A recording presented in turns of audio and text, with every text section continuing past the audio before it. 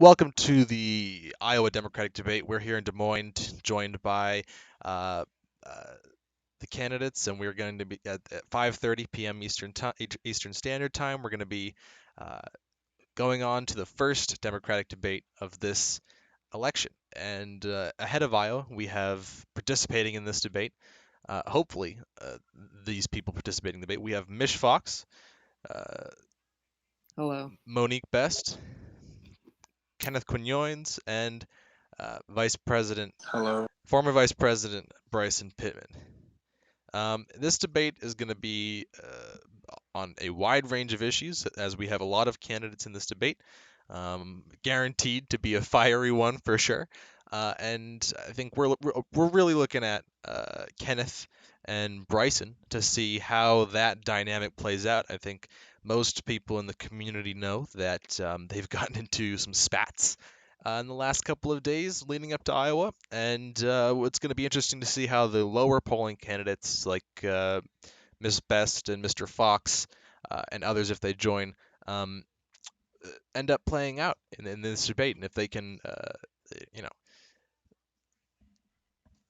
show up and start really making the argument for the American people. It's going to be very interesting to see how that plays out. Now, moving on, we have Vice President Pittman joining us right now. Looks like he's walking by the stage. He's walking by the panel. Vice President Pittman, you have a second to talk? I do. How are you? Awesome, awesome. How are you doing? How are you doing? I'm doing great. Thanks for asking. Yeah, how are you feeling ahead of this debate right now? Well, I'm feeling good. I expect to have a lively conversation about America's future tonight, and the stakes in this election have never been higher. We're coming off of 8 years of Trump in the White House, and I think I'm going to put on the line my vision for the future and how we move forward together and not divided. So I'm looking forward to tonight.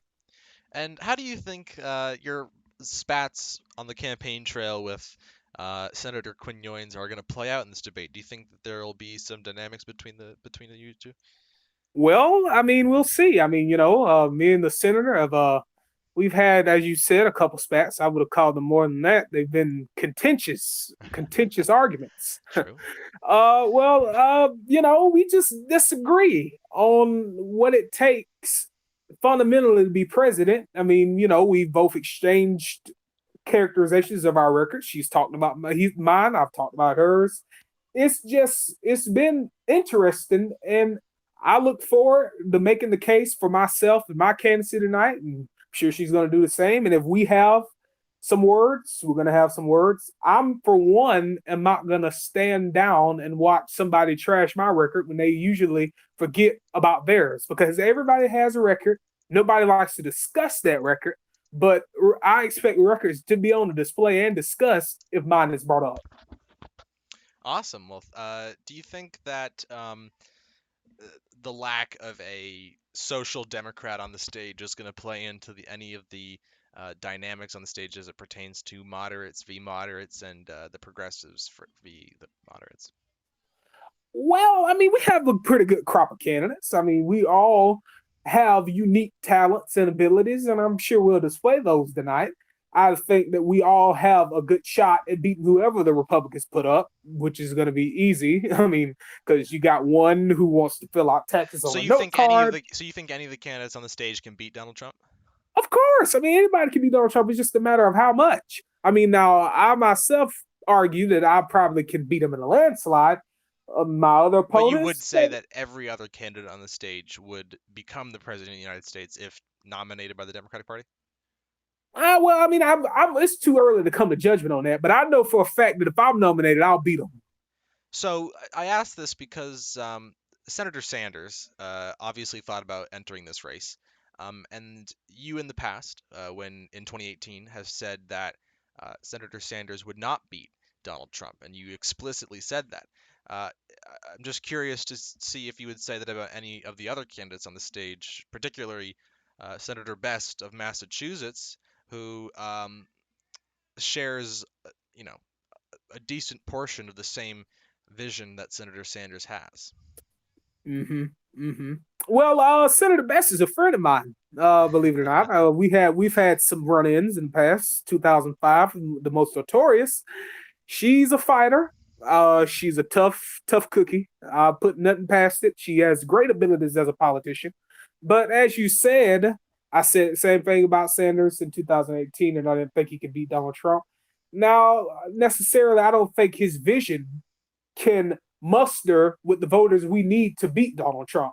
Now, Bernie could have beaten Trump, but it's just a matter of fact of it would have been difficult because when you carry the mantle as a democratic socialist, which he called himself, it scares voters in the middle who don't really care for either party. They just want real leadership in the Oval Office. And the word socialism scares moderates and independents and swing voters, which do exist. It scares them, scares the hell out of them. So I did disagree with Bernie on the fact of calling himself a Democratic Socialist because we all know Trump is going to use anything and play dirty at any means possible. So I believe that yes, having him as the nominee, if he was, would be a big risk. And Senator Bess, she associates herself with the movement, although she doesn't call herself a socialist. She still embodies the policies of Senator Sanders. So, Okay, thank you, Vice President Pittman. No problem. Do you think that the investigation on the president, as it pertains to Ukraine, um, should involve you or your son? And if called to testify before the Senate, would you accept those calls, or would you uh, deny the subpoena by the Senate? Well, first off, let me just go ahead and say these investigations are total bull. These investigations are politically motivated. We all know the president wants to distract from his conduct of reaching out to a foreign leader and possibly telling the foreign leader that if they didn't hand over information on me and my son, that he withhold their military aid. This is all a sham. And, it's a shame that some of the Republicans I've worked with for a long time have actually joined in on this. I mean, Lindsey Graham, who's lost his damn mind. It's a shame that they've attacked my only living son, who's the only one left. And now, and after Bo just died not too long ago, God rest his soul. It's a shame that my son is coming under these attacks. Although my son But has admitted do you that, think it was corrupt for your son to use your name to go on a board of a company that he had no experience, a board of a company in an industry that he had no experience in? well, for one, my son speaks for itself. All I can say is that his position, he admitted that it might have looked wrong. Right, And but your he, son and speaks he for yourself. But do you personally think that it was corrupt for your son to use your name to then go on the board of a company in an industry that he had no prior experience in? well, his last name is Biden. So I can't take that away from him. He admitted that it was wrong and it could have looked a little shammy. Although, if we want to really talk about kids, I mean, Ivanka Trump and Don Jr. are just right on the front list about that. So I don't think it's a decent argument for the president to be making about kids and conflicts of interest. And second, as all I know is that my son's job on the board of Burisma, what he had to do with Ukraine had nothing to do with my vice president, me being vice president, and rooting out corruption in With Ukraine. respect, sir, with respect, it did. You were instructed by President Obama to negotiate gas and oil prices in the Ukraine, and you went there on multiple occasions to negotiate investigations on domestic politicians in the Ukraine that had, Well, I mean, it still didn't have anything to do with business. I didn't do anything that with would respect, benefit. sir, the negotiations for oil prices have everything to do with business. And now we'll Well, move on. We won't have to have a debate about this. I well, mean, yeah, we won't have to debate I'm because sure a candidate, or I'm sure it'll be brought up in the debate. But thank you for meeting with us, Senator Vice President Pittman. I'm sure you need to prepare a little bit more for the debate. Thank you for being here. Yeah, have a good one. you too. All right, looks like we got Senator Quinones coming up to the table. How's it going, Senator Quinones? Hello, hello. Thank you for having me. Good to be here. So how are you feeling ahead of tonight's debate? What do you think's going to happen? Your predictions for tonight?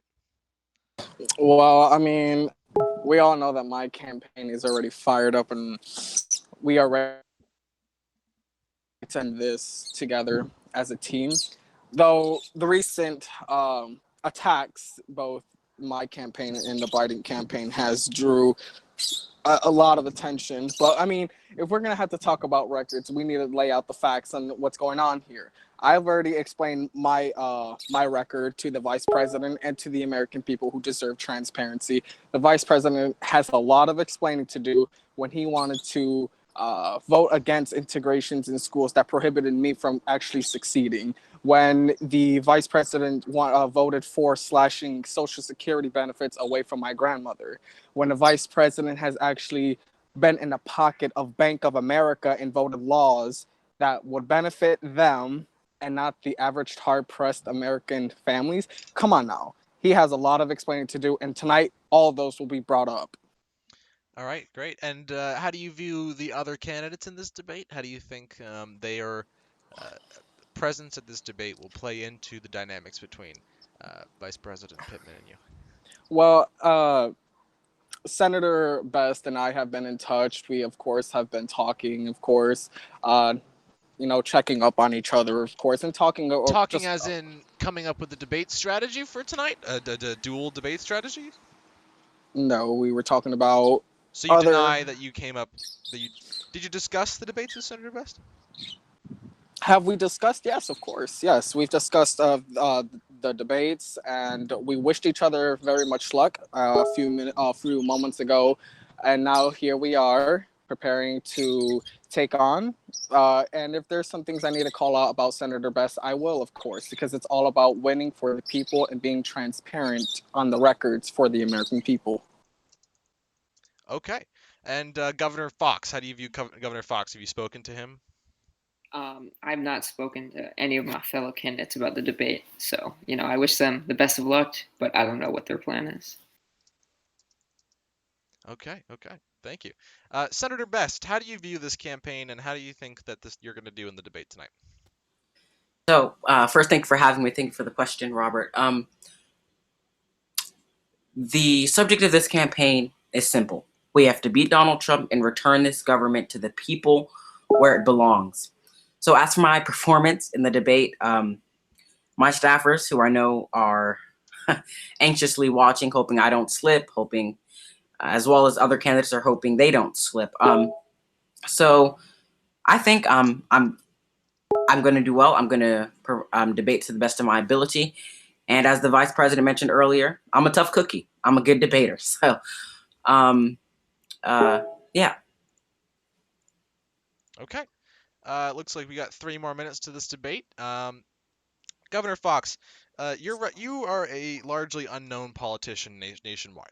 How do you think that you can grow your name recognition to start to become more viable in this race against more prominent candidates such as Vice President Pittman and Senator Quinones? Well, I think that this debate will be pretty critical in that, as you said, a lot of people don't know who I am right now.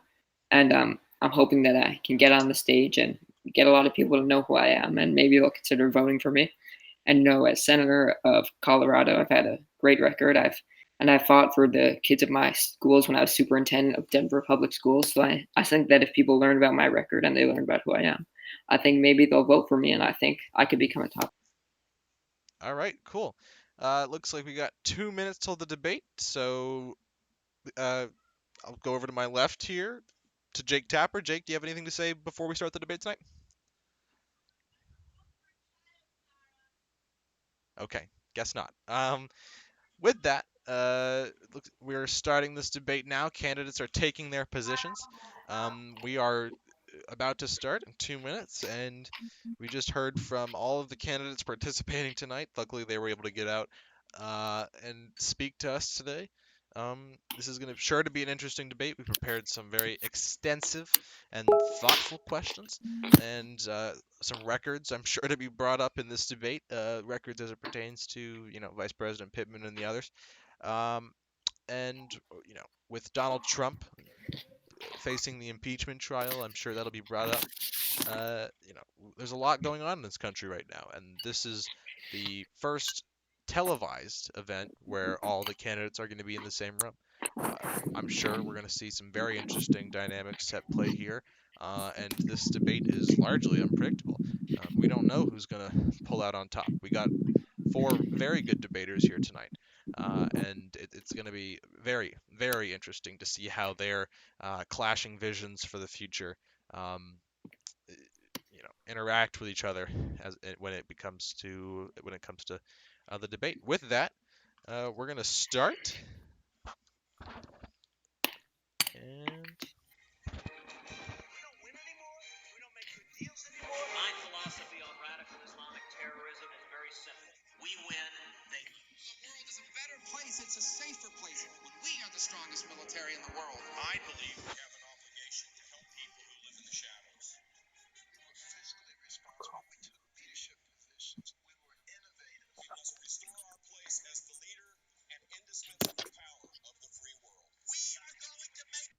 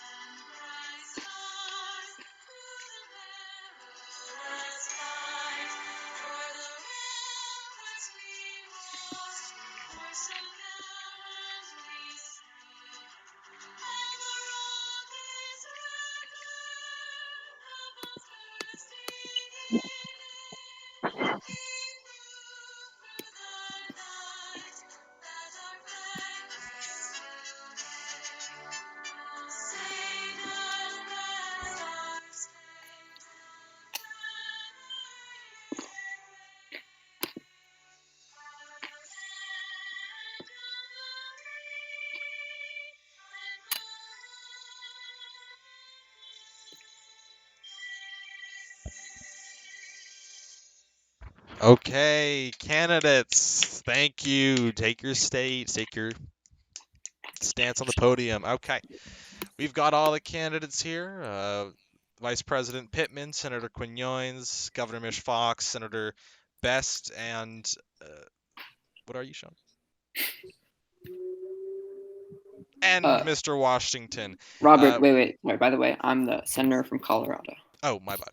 Yeah, sorry. Senator Fox, excuse me. We're going to start off tonight with opening statements. Each candidate will receive 30 seconds for an opening statement. We're going to start with Vice President Pittman. Your time starts now.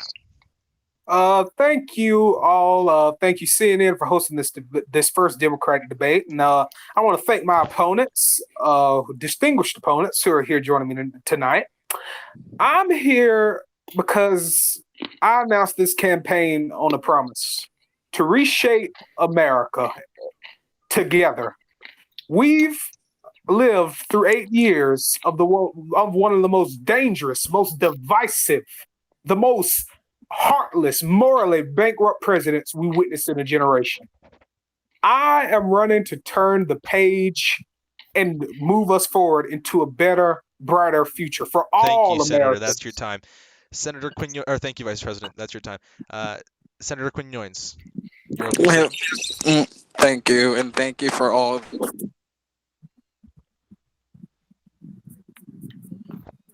Senator Quinones. Campaign we announced on the basis of speaking the truth for justice. What? Never mind. Go ahead. Okay. We've announced this campaign, of course, to speak on the truths, and the people deserve better. Thank you, Senator Quinones. Transform America. Senator Fox. First of all, I want to thank all my fellow candidates and the moderator. So thanks. Last week, I saw one of those Trump signs that says, "America, love it or leave it." It was on the outside of a church. I love America, and I know we can make it better. Before coming to the Senate, I ran a large urban school district where most of the kids live in poverty. Mr. President, kids belong in classrooms, not cages, and they deserve someone better than a bully in the White House. Let's end the three-ring circus in Washington and make this election about reclaiming our future for our kids and our democracy. Empty promises can't beat Donald Trump. Thank you, Senator. Senator Best. First, I want to thank CNN for hosting us and thank my opponents for being here. So I'm running for president because the middle class is being forgotten by our elected officials in Washington and left out of the conversation. I come from a middle class family, and I will not stand by and watch the middle class be destroyed. I've built my life on the economy, and that is how we will beat Donald Trump. I am ready to take on that fight, and I believe I am the best equipped to take on Donald Trump. Thank you. Thank you, Senator Best. Mr. Washington. All right. Well, I want to thank everyone for giving me this chance to be on the debates. And certainly, I only have one statement, and that is what we need to do for this election is that we need a revolutionary change in our politics that will unite all of the people in this country than just the rich 1%. And I believe that with my campaign and for what I have stand for as many years of my life, I am your best chance for that. Thank you, Mr. Washington. All right, let's start off with an issue not often touched in presidential debates. Housing. 500,000 Americans will find themselves homeless tonight, with more finding themselves unable to afford the home in which they live. How will you address housing in America, and how will you bring that number of 500,000 to zero, or bring it down? We're going to start with Senator Fox. Well, first of all, I think homelessness is a huge issue in this country. And I just want to say that my poverty plan has been endorsed by almost all of Congress. So, I mean, or all of Democratic Congress, my apologies. So I think that my poverty plan, it would cut homelessness in half by the end of my first term. It would like almost completely end childhood poverty. And it would be a really good all around plan. And right now, our child poverty rate is among the highest of any advanced economy. And child poverty costs the U.S. between $800 billion and $1.1 trillion. So this is a huge issue. And my poverty plan has been endorsed by all of Democratic Congress, and I have the experience to do it. And I will do it when I'm president. Thank you. With respect, Senator, just to give you a quick follow-up, with respect, Yeah, of Senator, course. how are you directly going to address housing in America? Housing, well, a lot of people, if you're poor and you have bad housing, that's not very good. And my poverty plan, it will give housing to, it will fully eliminate 7.2 million units of affordable, it will end homelessness by 2028 by expanding housing for people experiencing homelessness and increasing supportive services. So we're gonna expand shelters. We're gonna work to build affordable housing where we can, and that's how we're gonna do it. Thank you, Senator. That's your time. Same question to you, Senator Quinones. How will you address the homelessness crisis in America and bring that number of 500,000 Americans sleeping out on the streets tonight down as President of the United States? Okay, thank you for bringing up that important question. Well, we need to look on why our people are actually being homeless. We need to know what is behind all of this. And the reason is because in the United States, our cost of living is actually higher than people who are actually making, let's say, minimum wage. Families, the average cost of living in the United States is $60,000 per year. Okay, now how are the families that make $40,000 a year going to get by? How are a family of two that make $50,000 are going to get by Please the mute year? Mike Fox. Oh, my bad. Okay. So we need to look into that, and we need to actually find ways in a bipartisan manner to actually increase the federal minimum wage. That should be our first step on actually increasing the minimum wage. Second, we need to lower taxes for middle class families and for low income families as well. They are the reason why the economy is progressing. Their work, their devotion, their dedication on working is actually the core of the American economy. And third, we need to open a program up under the U.S. Department of Health and Human Services, a program to help homelessness get a job, and actually help them find a home to stay. Thank you, Senator. That's your time. Vice President Pittman, how will you address the homelessness crisis in America? Well, thank you for that question, and I'm actually going to address it, unlike my other opponents on the stage. First, it all starts with getting Ben Carson the hell out of the Housing and Urban Development department, because he now knows not a damn thing about his department. He doesn't know what he's doing. Millions of people are living on the street in San Francisco. Millions are on the street living in camps and tents in dirty conditions because of this administration's worthless policy to deal with homelessness. And as if I'm elected, my first plan would be actually to appoint somebody who knows what they're doing and who can actually adjust people in the communities that need it the most, who are homeless and living on the streets. Second, we're going to rebuild and renovate people's abilities to get jobs. Jobs start with homelessness. Most people can't work, so they can't have anywhere to live. We need to lift people up out of poverty, help them with various initiatives, and actually help them get jobs with good pay. Thank you, 'Cause Mr. Vice with President. That's your homelessness. time. I'm going to open up the floor to any candidate that wishes to rebuttal, because the Vice President attacked each candidate that had addressed the question before. I'll rebuttal. I'll go All after right, Ken. yeah. And if you Senator, could go. Senator Fox. Oh, okay. Well, first 30 of all, seconds for rebuttal, by the way. Mr. Pittman, he said that millions of people are sleeping out on the streets. That's not true. Robert Sanders just said, the number's 500,000. He also said he's going to appoint someone who's going to like fix HUD, but he doesn't specify who he's going to appoint. So I mean, he can just say random things, but that doesn't mean they're going to become true. And he wants to end poverty, but my plan is endorsed by all of the Democratic Congress. I know I can pass it through, and it's the best plan out there. So I don't know why he thinks he's the best candidate for poverty when my plan is the best plan. It's been Thank you, endorsed by all Senator Congress. Quinones. How do you respond to him saying address the question? It's funny, and I concur with the senator from Colorado. The vice president doesn't even know what he's talking about. He said millions of people are homeless, and he also stated that jobs start with homelessness. Jobs start by when you innovate and you actually make projects that benefit the American people itself. Secondly, he also stated that no one in this stage have presented a policy to actually admit the problem here or call out the problem what it is. I actually have. It starts with the corporations. It starts by the Trump tax cuts. It starts by all of that.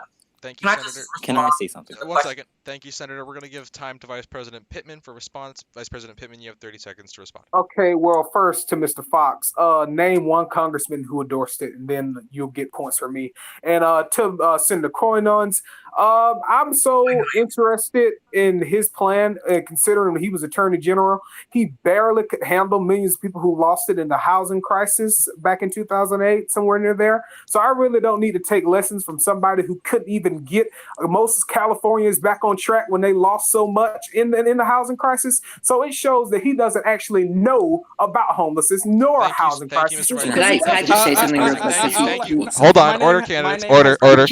Order. My name has been I know. invoked. I know. Can I just respond? Order. Senator Quinones, you have time. You have 30 seconds to respond. Thank you. And then we're moving on.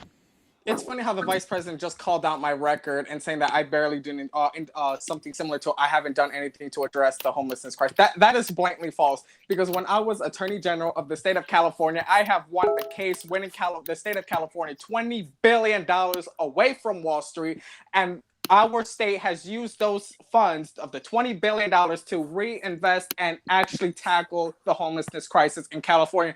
Mr. Vice President, you have lied to the American people. If you want to talk about my record, you need to actually talk on how it is. All right. Thank you, Senator. Thank you, Senator. I'm going to give time to Senator Best for response. So, wow, that was a lot. So I just want to talk about the housing crisis as it is. First, I want to applaud the vice president for being the only person who mentioned the Secretary of HUD, who has no idea what he's doing. He's a surgeon. He doesn't. He's not an expert in housing.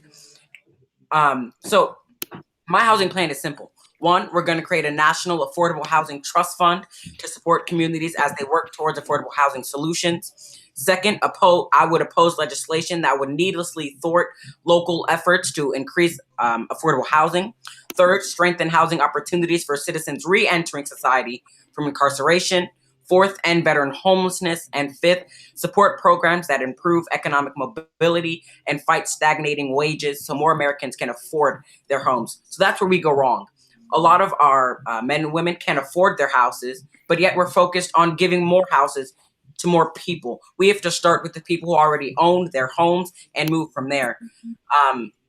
I want to applaud all the candidates on the stage for what they said, but especially the vice president for mentioning Dr. Ben Carson, who has no idea what he's doing and is running our housing market into the ground. Okay, thank you, Senator. Mr. Washington, you have 1 minute to answer the question on housing. Okay, so my response on this entire housing crisis is that it is it is an embarrassment to the Trump administration for even letting this happen. So many people have been let out on the streets, from jobs to even housing, and I have a plan to fix that. My plan is for affordable housing and for great and payable jobs that would be given to every single American who, let me start back, who will have $15 of a minimum wage. These people have been daunted so much from their own livelihoods that they have nothing else to rely on. We need to help every single American here. And that even means ending this farce of what Trump has Mr. made. Fox. Sorry, Mr. Washington. We're going to move on to Mr. Fox. Mr. Fox, you have 10 seconds to respond to some of the attacks made by other candidates. Okay, so the vice president said I could name one congressman. Well, I can. I'm sponsoring it with Senator Sherrod Brown, Dick Holy Durbin, Tim Ryan, Cory Booker, Elizabeth Warren, Amy Klobuchar, Chris Coons, Bernie Sanders, and AOC. And All right, thank you. Okay. Senator Quinones, you have 10 seconds to respond to the attacks. Thank you. Well, I can just briefly say, while he was actually vice president, he didn't do anything to address the homelessness crisis, but yet he gave $1 trillion to corporate America, while I give $20 billion back to attack the homelessness crisis. I'm sure we'll get to those issues. I'm sure we'll get to those issues later on in the debate. Now we're going to move on to a next question. Moving on to income inequality in America. Mixing up my questions. The 1% own 50 to 60% of the total wealth in this country. They also receive 42% of all generated income in the country, while the bottom 50% only receive around 10%. What would you, as president, do to address income inequality in this country? And subsequently, what would you do as president to ensure that we have a fair and just economic system in this country? We're going to start off by going to Senator Best. So, thank you for the question, and you hit it right on the nail. So, there are companies like Walmart CEOs. They've made $23.6 million last year, which is 1,700 times more than the median Walmart workers $21,952 a year. So companies with large gaps between their CEOs and median workers' pay would see progressively higher corporate taxes apply. We would apply that to all private and publicly held corporations with annual revenue of more than $100 million. And this plan, which has been widely talked about and endorsed by many people, a 2-cent tax on the richest of Americans who have made their fortunes. They've been given their chance. And I think it's time that they give a little back to let middle-class America and struggling folks get their chance at being rich and famous and making a coin. So that's what I believe in this country. Thank you, Senator. Now. That's your time. Mr. Washington, how would you address income inequality as president? First of all, I would like to say that the reason why we have income inequality so bad now is because of the rich 1% barely paying anything in taxes. I agree with the congressman that we do need more of a higher tax on the rich. But that's still not going to help lower down the income equality that we still have for the rich 1%. We need a massive tax increase on the rich. because they have done nothing but found loopholes to not pay barely any taxes at all, especially for their businesses. So that's what I believe in. All right. You still have 10 seconds. Are you yielding your time? Yes, yes, I am. Okay. Senator Quinones, how would you, as president, address the widening income inequality gap that we have in this country? Well, thank you for that question, Robert. So look, we have to look at why we have income inequality. You know, men are making on their dollar, they make $1 for the work they do, while women get paid less, and the gap continues to rise. We need to close With respect, Senator, this is an issue of the broader income inequality gap, not the wage gap, not the gender wage gap in this country. How would you address the broader issue of income inequality as it pertains to the 1% versus the 99? Okay, so when I'm in office, the first thing we got to do is repeal the Trump tax cuts. That tax cut was a disaster, and it actually, correct me if I'm wrong, I believe Connor made a post saying that there was a recession. So we have to repeal that tax code laws. We have to implement a new tax law that will tax the wealthy and make them pay their fair share while we cut taxes for the middle class. We need to make sure. Senator, that's your time. Thank you. Vice President Pittman, how would you address income inequality as president? Well, thank you for that question. And my opponents on the stage, I agree. It's obviously that the middle class is getting screwed every day in Trump's America because the wealthy get richer and they get poorer. And it's just not right. First thing I pledge on this stage tonight that I will not raise taxes on middle class families and hardworking folks. The last thing they need right now is a tax hike. And secondly, we're going to raise the capital gain tax and lower taxes for people making less than $50,000 a year. Because for one, if you're working hard and you're doing your part and you're paying taxes, you don't deserve a tax hike. That's just not right to me. So we're going to re-level the playing field for the hardworking men and women of this country, and I promise that to you and to everybody else on the stage and to the people sitting at home. And you yield your time. Okay. So, if anyone has a rebuttal to... You didn't let me speak. Oh, I'm so sorry. Yeah, it's all right. I'm so sorry. Governor Fox, go ahead. Senator okay. Fox. Senator. Yeah, it's all right. It's all right. It's confusing. All right. So thank you for this question. It's a great question. So the first thing that I would do is I would expand the child tax credit. We make it $3,600 per year for kids under 6, $3,000 for kids age 6 and older, and we'd expand the earned income tax credit for workers who don't have children at home.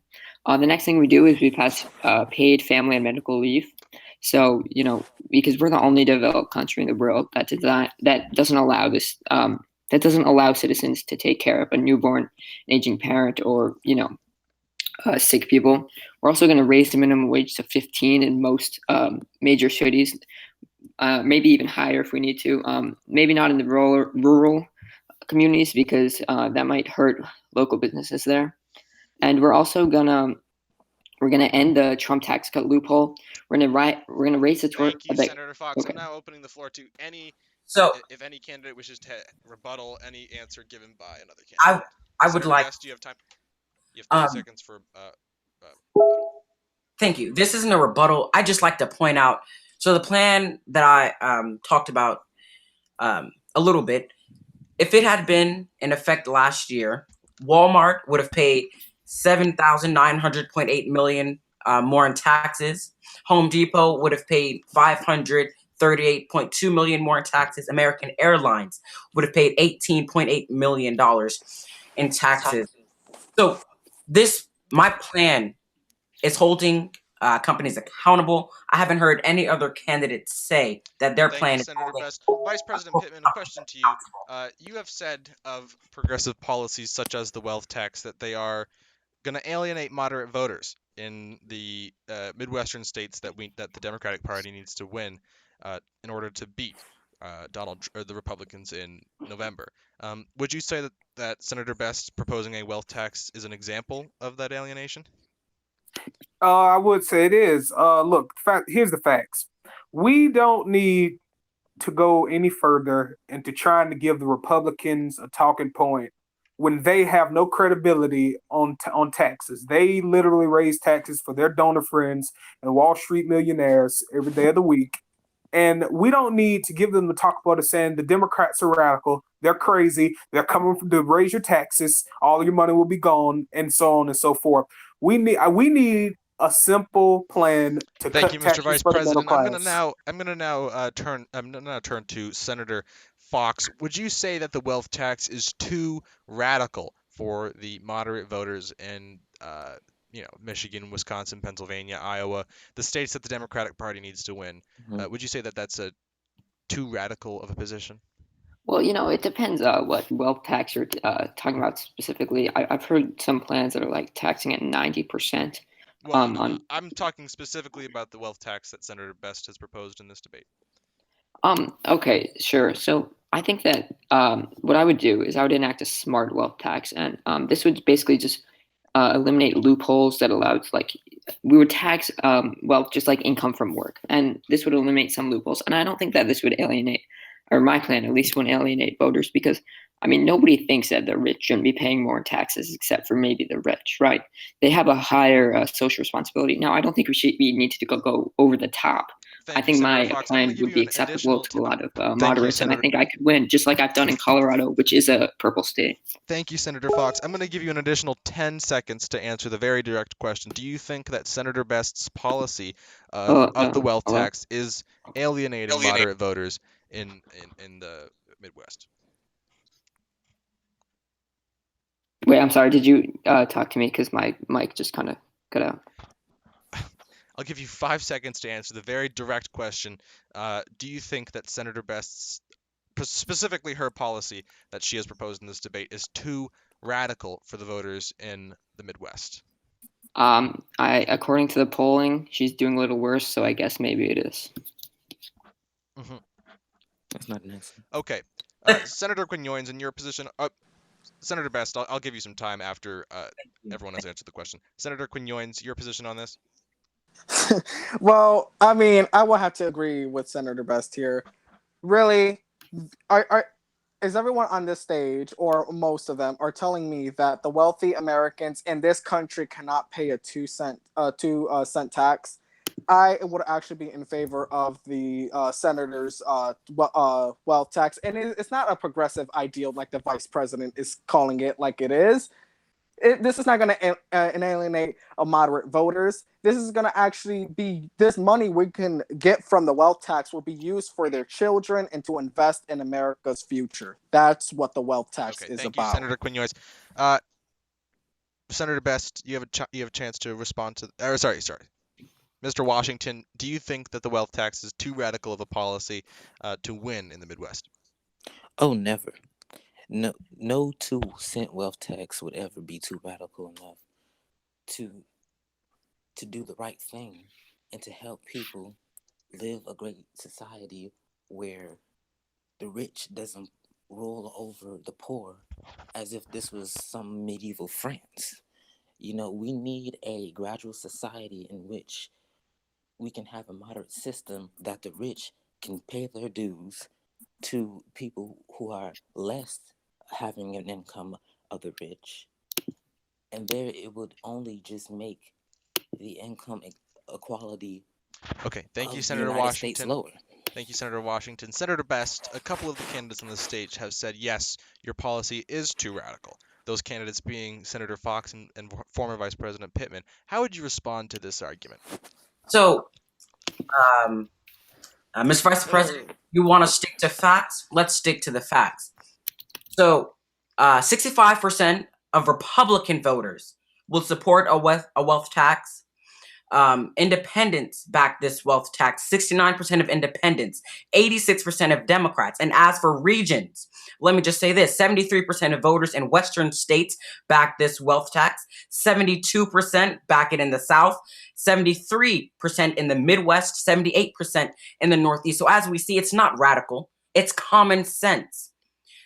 The vice president has a track record of not wanting to hold rich companies and rich people accountable. This is yet just another example of that. Okay, thank you. You had a little Can I respond to that? Okay. Of course.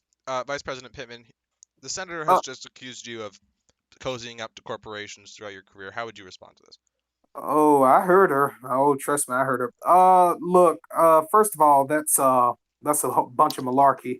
Second of all, Senator, your wealth tax is giving the Republicans a talking point, and I don't care what polls you cite. I don't care what statistics you cite. It's not going to change the fact that Mitch McConnell, if he's still leading the Senate, which God, I hope he's not, if you present a wealth tax to the Senate, they will look at you like you're pathetic and they will walk away and tell you no. It has no chance of passing. What we need to do is stick with a firm proposal to cut taxes for the middle class and raise taxes on those making more than $50,000 a year. Your wealth tax is not the answer, Senator, and whether you like it or not, you need to accept reality that it will not come to fruition. Senator Best, you accuse rebuttal. before you respond to what Vice President Pittman says, you accuse Vice President Pittman of taking quote unquote big money in corporate cash. Yet you have taken $65,000 from AT&T, $293,000 from $103,920 from the Microsoft Corporation, $102,708 from the Amazon Corporation, $100,838 from Apple Incorporated, $65,658 from AT&T Incorporated, and a number of others, other corporations and educational institutions. The same that Vice President Pittman has taken from. You've also taken money from the defense industry and other defense contractors in this country. So are you accusing Vice President Pittman of doing the same behavior? So, not at all. What I'm accusing, and this isn't an accusation, this is a fact.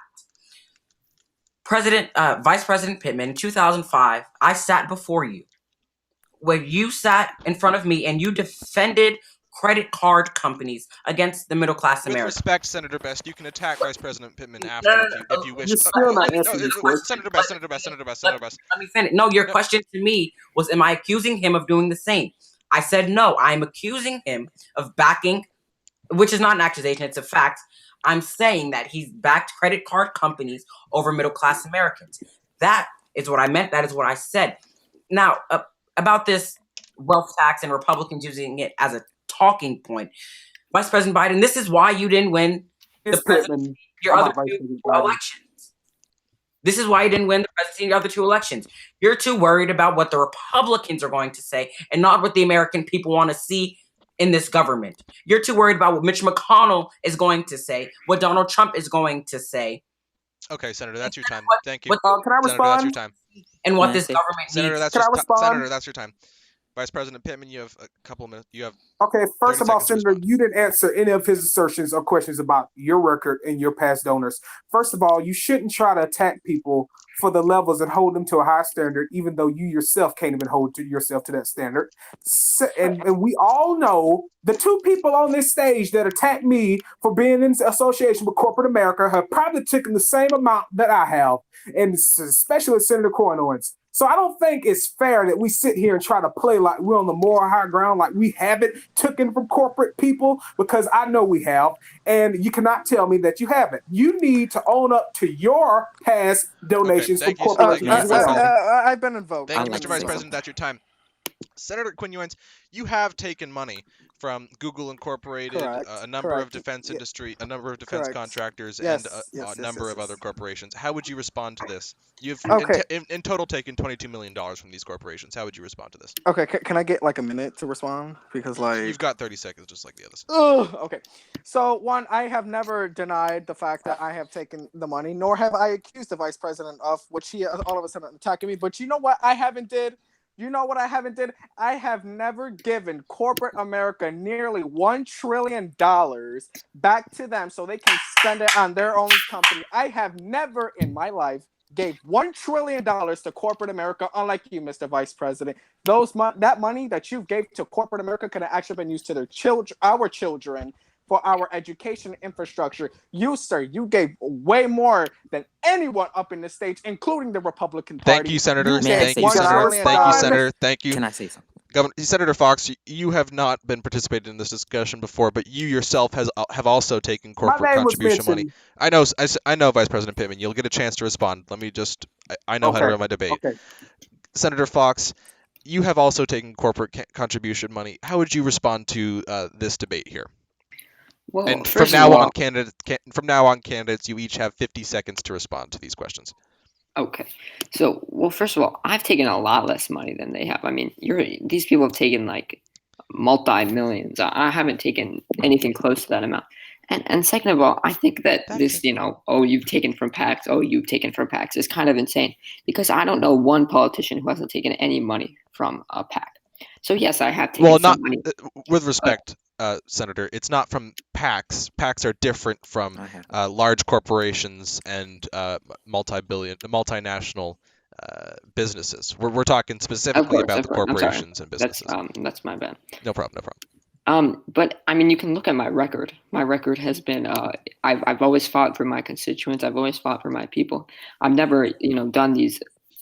I've never taken money and then said, well, if you give me money, I'll do whatever you want. That's not true. I fought for the people of Colorado. I fought for the constituents from the Denver Public Schools when I served them as superintendent.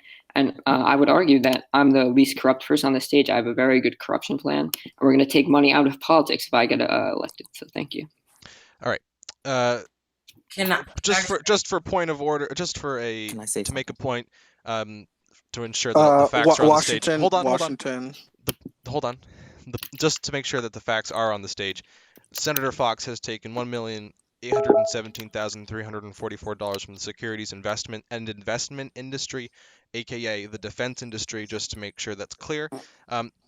Mr. Washington, you have not taken corporate contribution money or large money from any multinational corporation. How do you view? What's your view on this debate? Well, first of all, having any of these candidates argue about who has taken the most or taken even the least contribution at all is just terrible. It doesn't make any sense. If you take contributions from any kind of pact or business, that means that you have taken contribution money from somebody. I have done none of that. My record has been straight clean. I have not taken any kind of corporate PAC money, and I'll continue to do that because it is the right thing to do, and I will only accept the money from hard-working Americans who we all fight for, as it was seen for many, as my candidates say. But it seems for me, I'm the only one that's really holding on to that truth, because I'm not cozying up to any big business corporations. All right, thank you, Mr. Washington. I like my rebuttal, please. Yeah, thank you, Mr. Washington. Vice President Pittman, how do you respond to the other candidates attacking your record of taking large money from multinational corporations? Well, first of all, Senator Sacramento is at it again. She clearly has forgotten that she has taken money from the vice president of Goldman Sachs in her past in 2019 from Jennifer Scully Lerner, the vice president. She also took money from Wayne McGuire, who led Citi's investment banking division for 13 years, got donated $2,800, and somebody held a fundraiser for her at the home of Michael Kettner. He's another corporate sugar daddy. So, I mean, it's funny that I hear a lot of this, but your past and your donations from Wall Street and big executives say otherwise. So I really don't need to take a lesson from Senator Sacramento on donations. Thank you. Senator Quinones, how do you respond to this? 50 seconds. Well, and just for the record, what the facts that Vice President Pittman brought up were true. How do you respond I know. Just for the American people. Oh, okay. So I'll make several things clear. One, Mr. Vice President, I have never came out and attacked you on how you got your money. So if you call this a double standard that I am setting it, whether you said it directly or indirectly, that is shame on you on that. Second of all, do you know what's the difference between you, with me and you, Mr. Vice President? Meanwhile, while I fought $20 billion to give back to the homelessness, and you have done nothing. When you were in Congress in Washington, you have gave $1 trillion to corporate America. Far, as I stated before, far more than anyone. About it when you took from them. far more than anyone on this stage and the Republican Party. Give me a break. America, Can, this is a vice president who works for the corporates and not for the Yeah, we American hear you. people. can I just Senator Sacramento Okay, is Can I Vice just- President Pittman, Senator Vice President Pittman, Sacramento.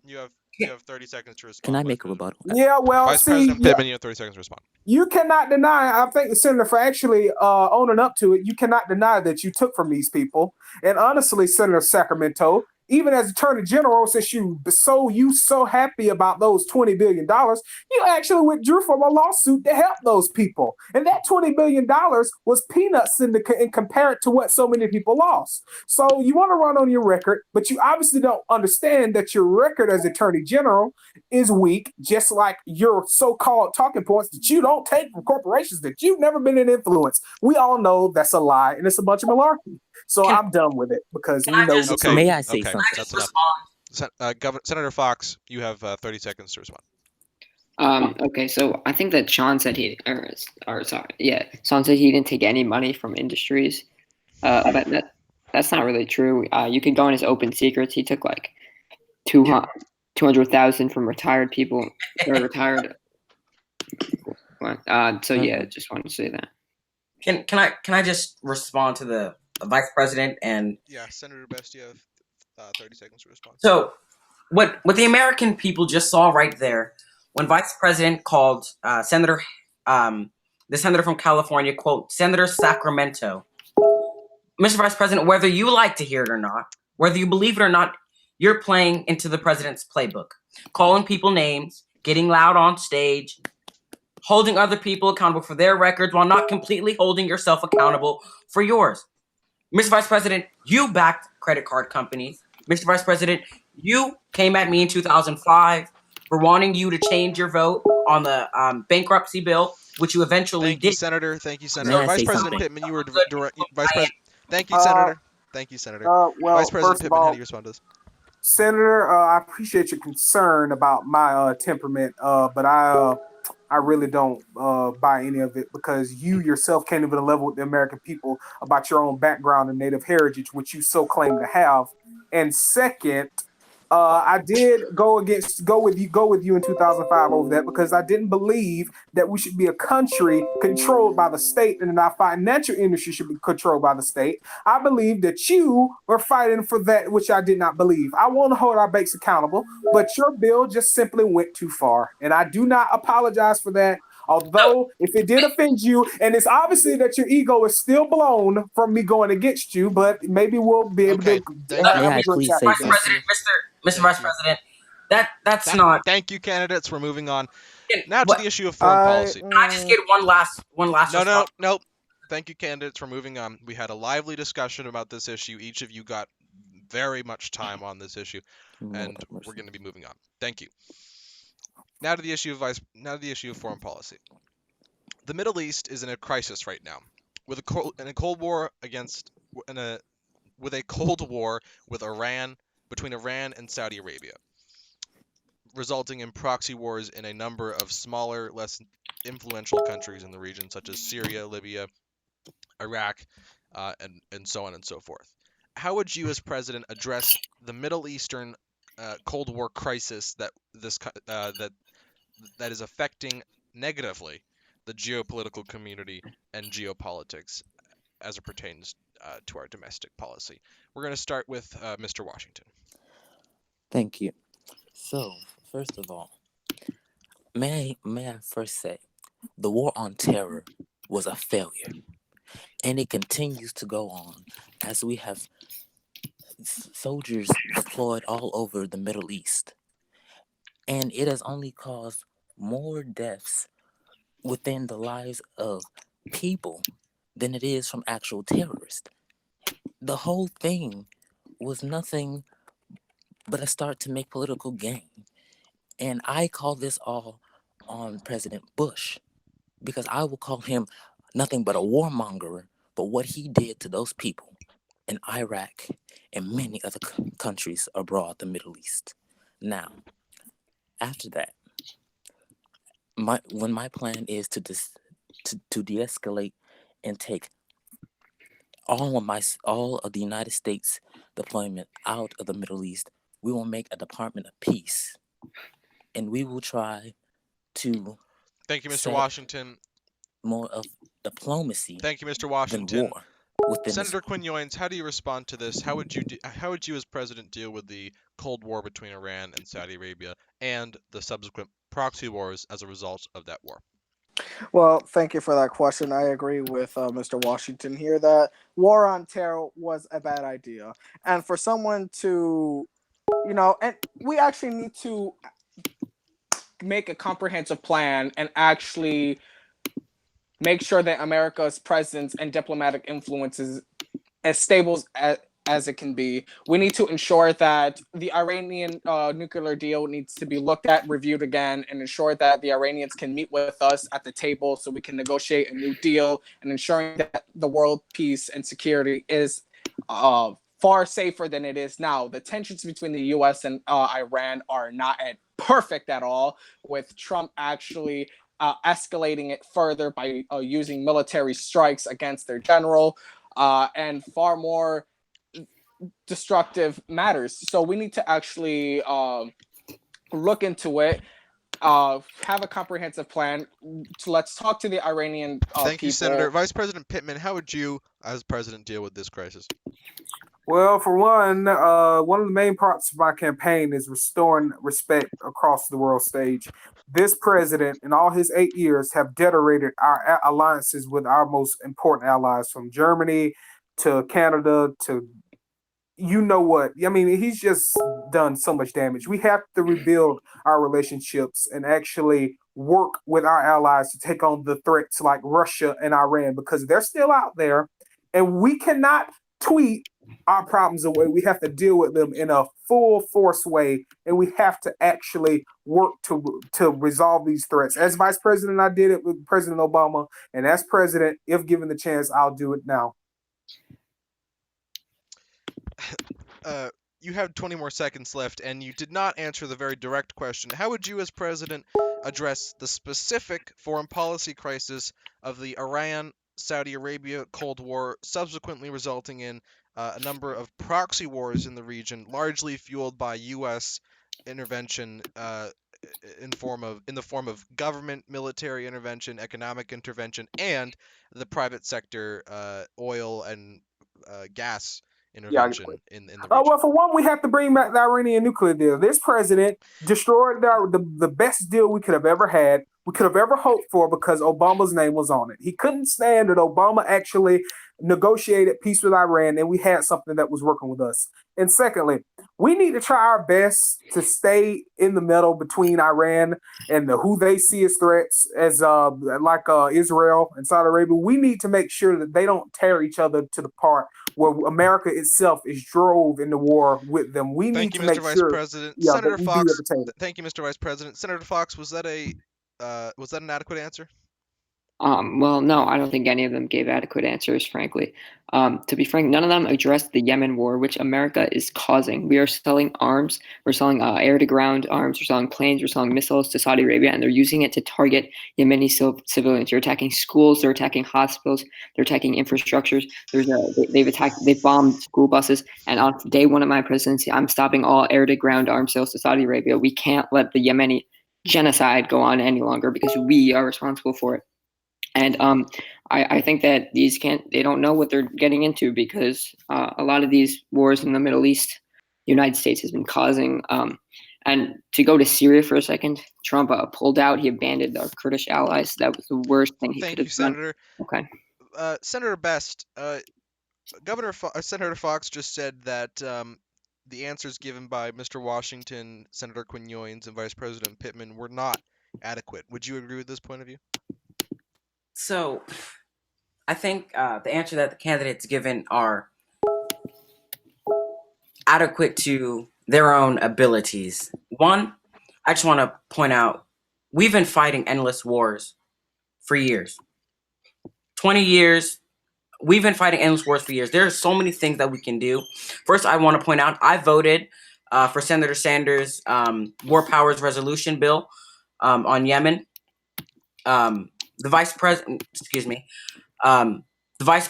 who I applaud for being part of the administration, who attempted to end quote unquote attempted to end endless wars but failed. I applaud him for being a part of that. But my foreign policy is simple. Not only do we have to focus on the Yemenis people who are being slaughtered by Trump policies, we also have to focus on the wars that we got ourselves in and have been in for 20 somewhat years. Thank you, Senator. We have to focus on Thank you, saving. Senator. Thank you, Senator. There are ways to do that that I hope to talk about later in this debate. Senator, thank you. Senator Quinones, I was going to rebut. Senator, oh, thank you. You can use that with this time, but I am going to ask a direct question. Senator Quinones, Senator Best just said that you don't have the experience or the capabilities to run foreign policy as president. How would you respond to this?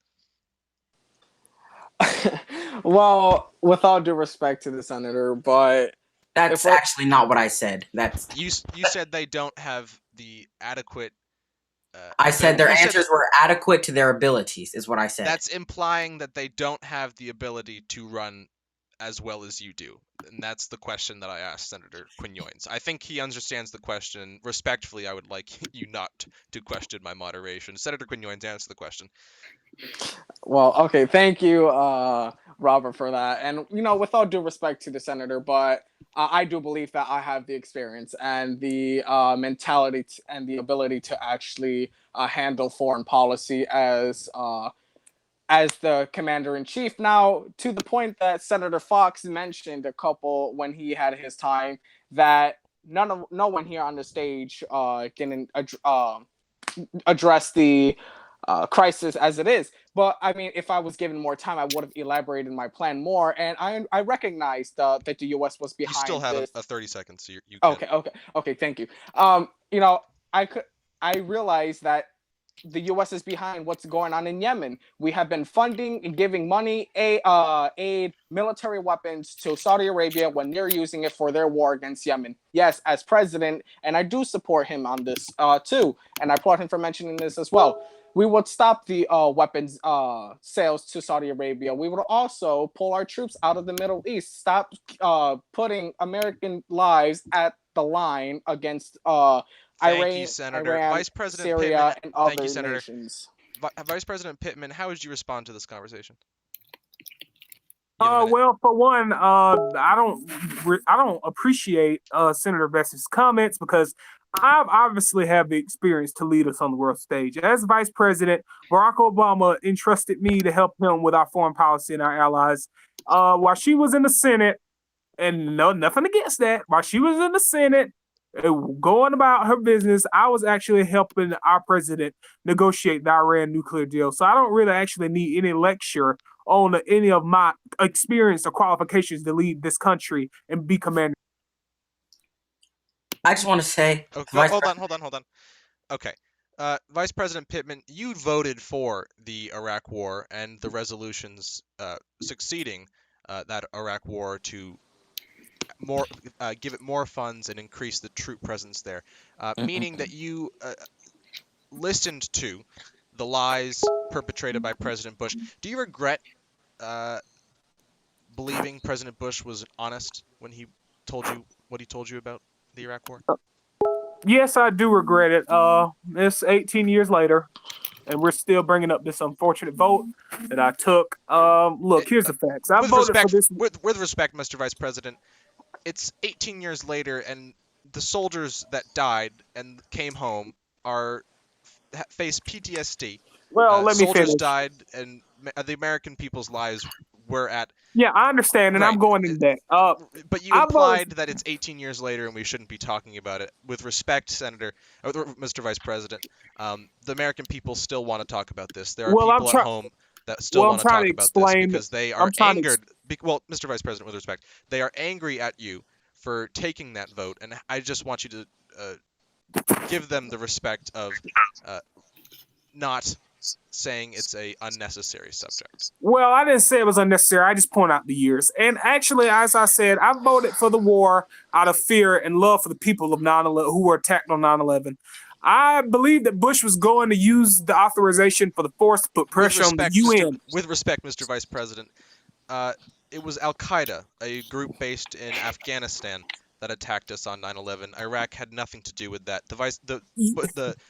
President Bush's justification for the war was that Saddam Hussein had weapons of mass destruction, a clear lie that was proved to be a lie at the time by a number of independent Well, if you investigators. let me finish, I Right, can but finish. you had implied, you had said, not even implied, you had said explicitly that it was because of the 9/11 vote. That was a different war. That was the Afghanistan war.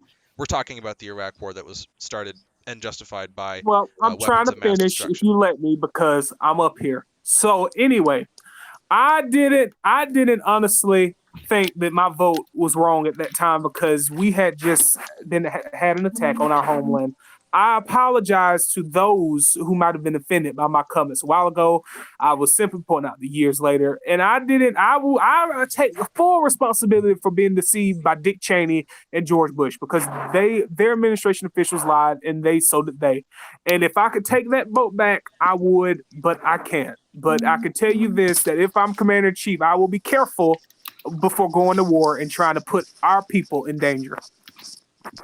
Thank you, Vice President Pittman. Senator Quinones, how would you respond to this? Well, it's funny because speaking about the Iraq War, the vice president said that he voted out of spite of fear and for the love for the American people. Yet, he was the chairman of the Senate Foreign Affairs Committee, and he refused to get more answers from President Bush and Vice President Dick Cheney, along with officials in the State Department, and who knows, as well as the Defense Department. But guess what? He didn't do so, and he voted for the Iraq War. And guess what now? That has added more onto the debt. We have spent trillions of dollars into this endless regime change wars, and it's all because the vice president did not do his job and subpoena documents that he could have gotten and Congress could have gotten themselves to review the facts. The facts were there.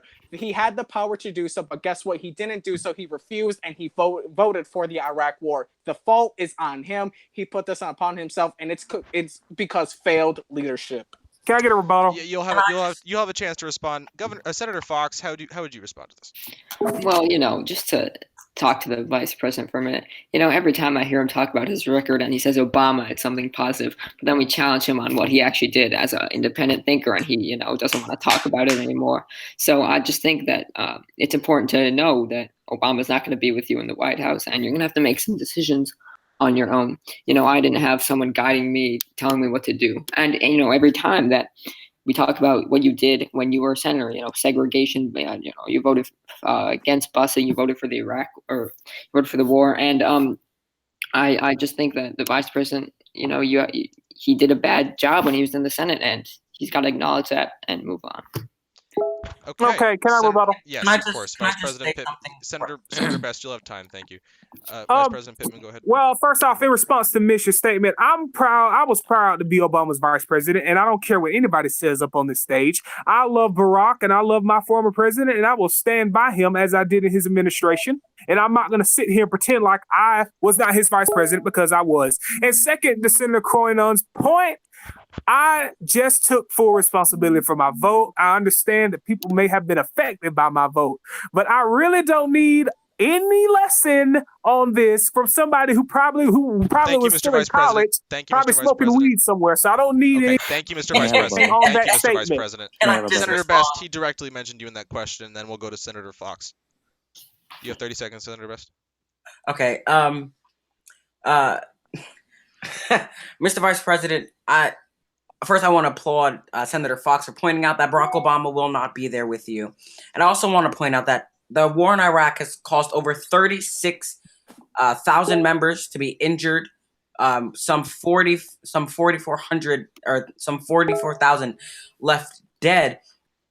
And Mr. Vice President, I don't know if you know, but during that time there was no estimate of how many Americans would have died in that war, how many women and children would have been killed, how many families would have been left abandoned, how many families would have lost the sole breadwinner of their household. Maybe Yet, you should get back your money to the defense industry.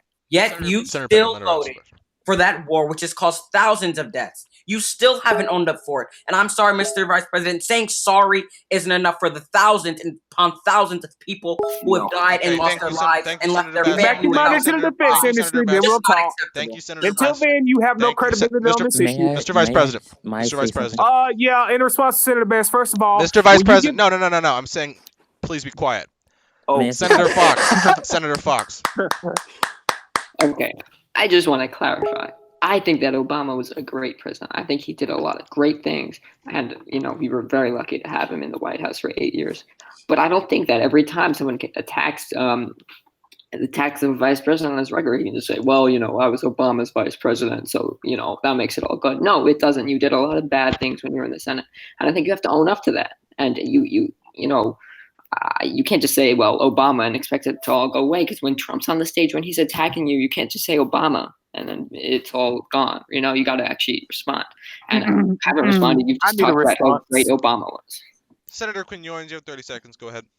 Well, I would just like to comment on the part where he basically accused me that while he was up there voting, that I was probably somewhere in California smoking weed. And that's uncalled for, and that you should be ashamed of yourself, Mr. Vice President. Yeah, well. And second of all, while he was up there voting for that $1 trillion Iraq war and refused to actually subpoena documents from the Bush administration, I was probably in the courts fighting for that $20 billion Thank you, Senator. case. Thank you, Senator. May I say Thank you, something? Senator. I would just like to remind. Can I just have one more response? Hold on. Candidates, hold on. I would just like to remind the candidates, not pointing at anyone specifically, but don't interrupt when others are talking. People can't hear you. It just mixes your voices together, and I think you know who I'm talking about. Vice President Pittman, you've been invoked multiple times directly. How would you respond to these claims? I have. And to Mr. Fox, look, I don't give a damn what Donald Trump thinks. I'll kick his ass on the debate stage.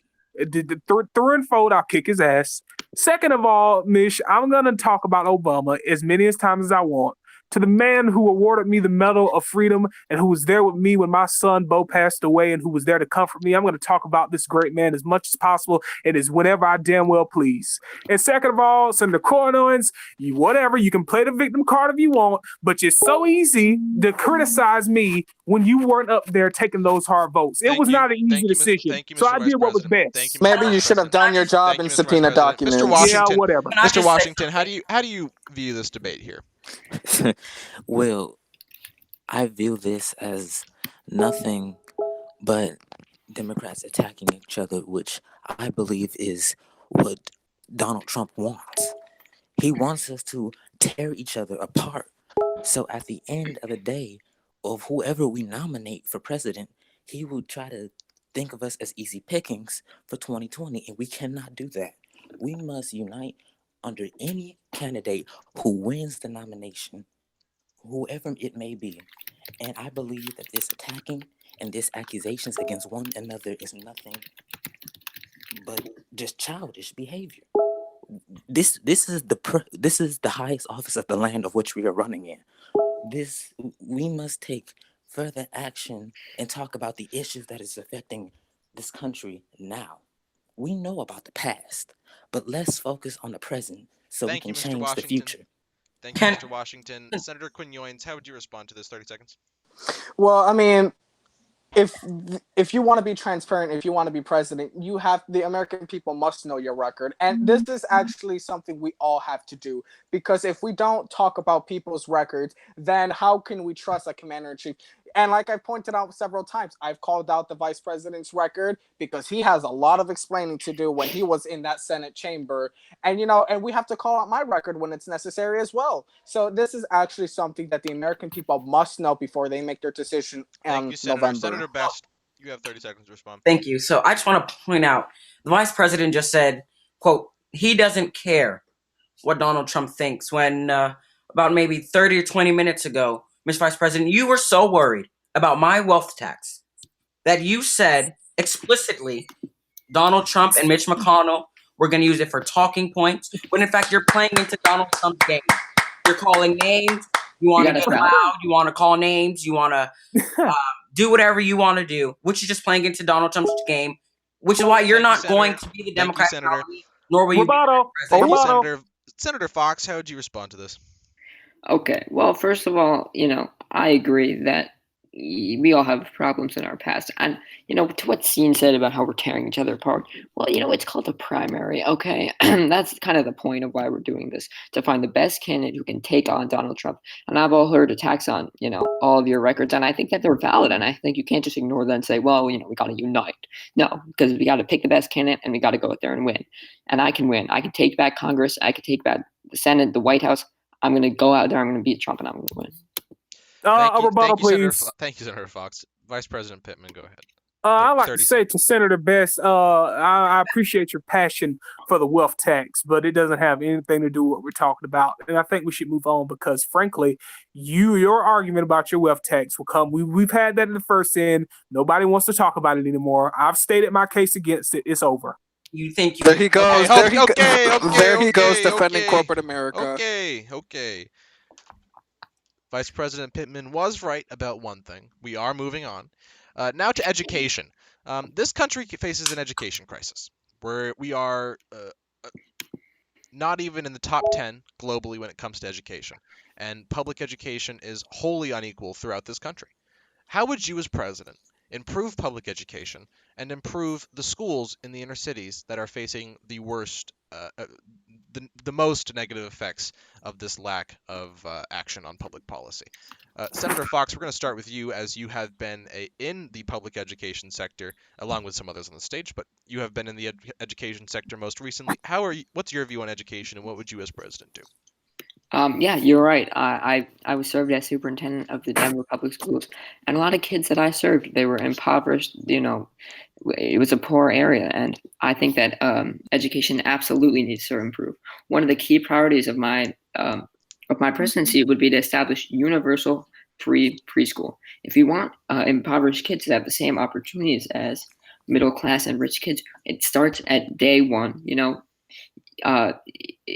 Studies have shown that's where you learn the most. That's where how well you're going to do is established. So we've got to do universal free preschool, and I'll do that. And also, another problem is we're paying educators very little. It's very little. We have to definitely pay them more, and that's going to be a key priority of mine. We also have to update. We have to update school curriculum to match modern standards. We have to talk more about STEM because we're falling behind in key areas. Thank you. All right. Thank you, Senator Fox. Senator Quinones, what is your view on education, and how would you improve public education in this country? Thank you. And as you stated before, we are no longer at the top 10 best country with the best education. We have, over the course of the years, we have fallen on our rating of our country's education. So as president, I would also make sure, and I applaud this senator from Colorado for acknowledging that teachers are being paid little. We need to address teacher pay. We need to make sure that teachers are actually getting paid for their work, because they are teaching America's future. They are educating America's future. We need to also invest in education. Our education system is broken. We need to reform it and find ways, and also invest in our children's future. We need to find also ways to we don't have to find ways. We need to also cut student loan interest rates. Our student loan debt is high. It's a crisis. We need to also find ways to reduce it as well, and forgive students who are on the loan program. Thank you, Senator. Mr. Washington, what is your public education policy? Well, for my public education policy, it's simple. Right now, as we see in many schools, from preschools to middle schools to high schools, that have more people of color, of Black people and Latinos, are more run down and low funded, while you have higher paid, educated schools are filled with, let's just say it, white people. Now, I am saying this because it is more upon an affiliation upon race. My idea upon our education system is that not just raising the bar upon our payment of education and teachers, but to also integrate all of our schools. So it would be better for us all. Thank you, Mr. Washington. basi- Senator Best, you have also served as a teacher, teaching in Harvard, teaching a special ed students, and as a professor at Harvard. What is your education policy? So, yes, and thank you for mentioning that. That was my ticket to the middle class, teaching special education students. So the one thing I didn't hear any candidate mention is ending the school to prison pipeline. That's very essential. So other than that, we have to eliminate barriers to college readiness exams by ensuring that states cover fees for SATs and ACTs. We have to establish a national per pupil spending floor. We need to eliminate fill in the bubble testing, build on the Strength and Diversity Act to increase and not cut federal spending. We need to end the unaccountable profit motive of charter schools. We need to invest in our public school system and make existing charter schools accountable, and mandate that they comply with the same oversight requirements as public schools, mandating that they release that at least half of all charter school boards are teachers and parents, disclosing student attrition rates, non-public funding sources, financial interest, and other relevant data, and matching employment practices at charter schools with neighboring district schools, including standards set by collective bargaining agreements with restrictions on CEO pay, and supporting efforts of charter school teachers to unionize and bringing charter schools to the negotiating table. We need an equitable funding for public schools. Thank you, Senator. Vice President Pittman, you. you have supported in the past Common Core educational standards, national Common Core educational standards. How would you support these standards as president, and what is your overarching public education policy? I know you're referring to Common Core. I think it's best that we test the students' abilities and dealing with their testing and making sure that they meet up to the standards, because we should hold our kids to a higher standard so that they see in the future. And second, first of all, I look forward to the day when I'm president, when Betsy DeVos is packing her bags out of the Department of Education and getting the hell out of there, because she has done so much of a disservice to America's kids by turning us into basically a charter school system. We need to reform our focus on public schools and actually rebuild kids in the strength and making sure that they have the tools they need to get a job. I would like a rebuttal. Mr. Vice President, you have 30 more seconds if you'd like to. Okay. Everyone else had a minute. Just to point out the facts, everyone else spent a minute on education policy. The Vice President only spent 30 seconds. Senator Quinones, you have 30 seconds to rebut some of the. Okay. One thing I can agree with the Vice President is when Betsy DeVos is out of the U.S. Department of Education, I will gladly love to see her out of there. And, he mentioned that she was, it's a disservice to have her in there, and she has done a disservice to this country. But you know who else did a disservice to this country? When Vice President Bryson Pittman was in those Senate chambers, he actually voted against integrating American public schools that have limited me and millions of minority children in the United States from accessing to a high quality education. While we were stuck in the schooling programs of segregation, he voted against integrating public schools. Vice President Vice President Pittman, how would you respond to this? Well, first of all, she's referring to busing, and I'm so glad she wants to bring this up again, but we all know that it's misstated and it's mischaracterization. She herself even tied herself up in knots over this whole thing, talking about this, and she needs to explain herself as her record as Attorney General, when she voted to excuse me. She championed legislation in which parents, children who were found in. No, I'm not finished. She found and voted for them to be habitually insured in elementary school. We run a strict time, Mr. Vice President. Mr. Vice President. Mr. Vice President, please. Mr. Vice President, please. She needs to. If he's going to get more time, then I should get. No, he didn't get any more time. He has 30 seconds. No one else heard that. I was talking over him the entire time. Mr. Vice President, Senator Fox, you have 30 seconds to respond. Okay, sure. So, so I just want to go over, when I was a superintendent of Denver Public Schools, I probably have the most experience in education. And, I agree with a lot of the points that Senator Best are making. But when I was a superintendent, we grew student enrollment, we just decreased dropout rates, and we improved graduation rates and college enrollments. And I have a very good record on this issue, and I think I'd be very good as president as well. One of the issues that I didn't hear anyone else talk about was universal pre-K, and I think that this is very important. And I think that it would be a very helpful policy to millions of working class Americans who don't necessarily have access to good quality preschool, or maybe not even any preschool at all. So yeah. Thank you, Senator. Now, Senator Quinones, the Vice President did directly mention you in his last answer. You have 30 seconds to respond. Again, I did not hear anything because you stated that you were talking over him and no one heard nothing. But should I repeat my question? He did give a 30-second answer before that. He mentioned about me voting for a legislation, which one? Inaccurate. Come on, Sleepy. You didn't vote. No. Sleepy Pittman here. So Whatever. You can say what you want. Okay, Mr. Vice President. Well, since Robert was talking, Mr. I Vice didn't get a President, chance to finish.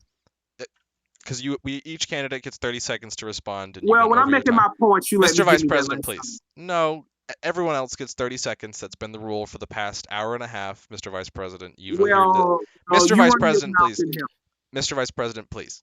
Senator Best, how would you respond? What?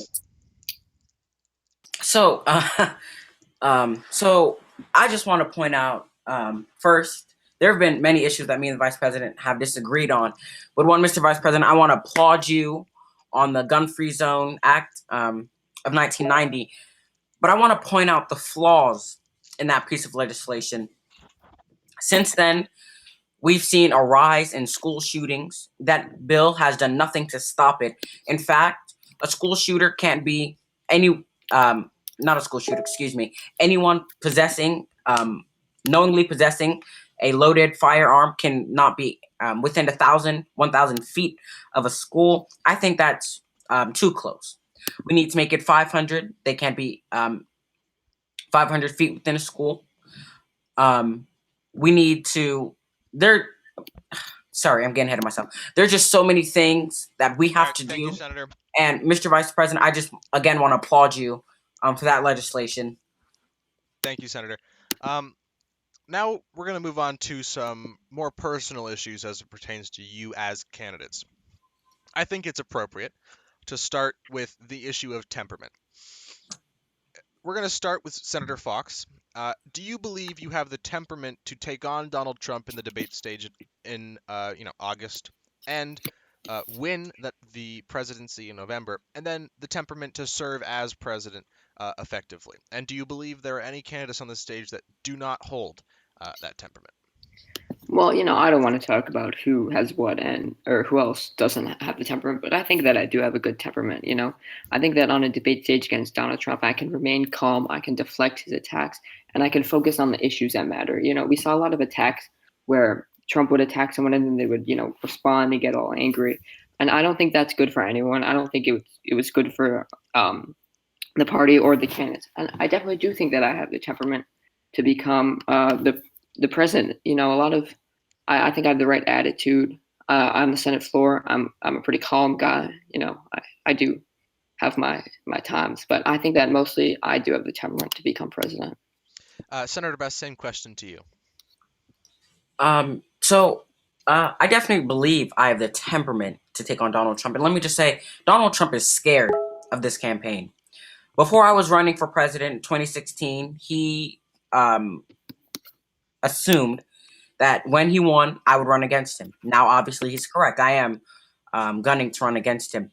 But all the name calling, all the tweets on Twitter where he's mentioned me, he's scared of this campaign.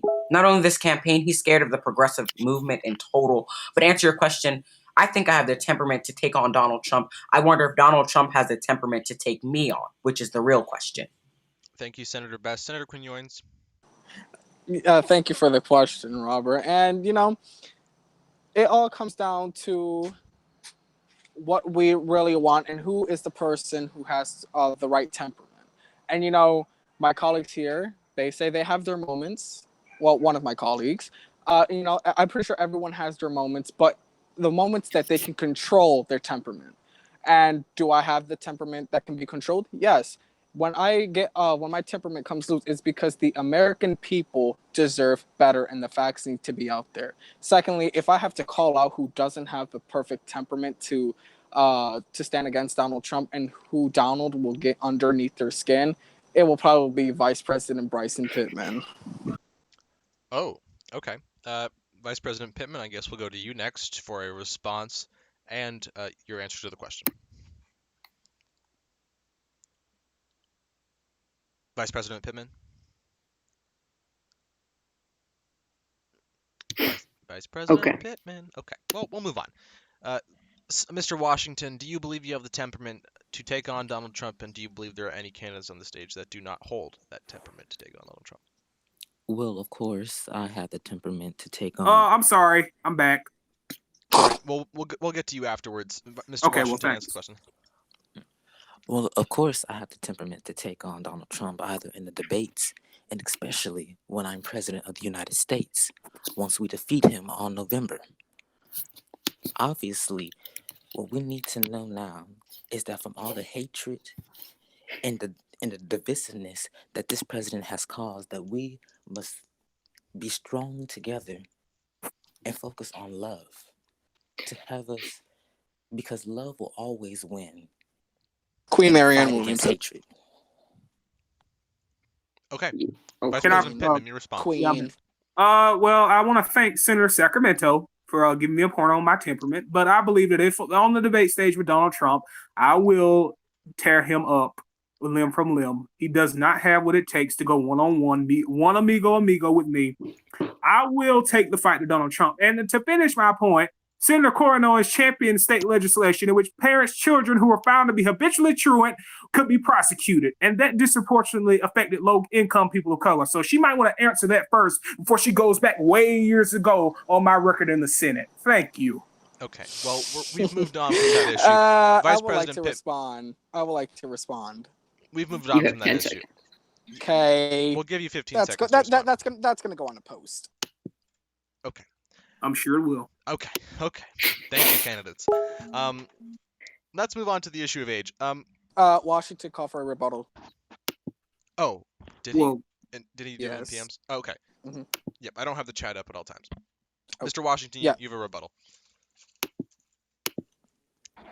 So, as we all talk about race in this country, we know that it has been a problem for years, and especially for what the vice president has with busing. But for what we need to focus on is the future of this country, and part of that future is within reparations for slavery that can finally set down this division between blacks and whites that has been going on for centuries, that is still going on in the South.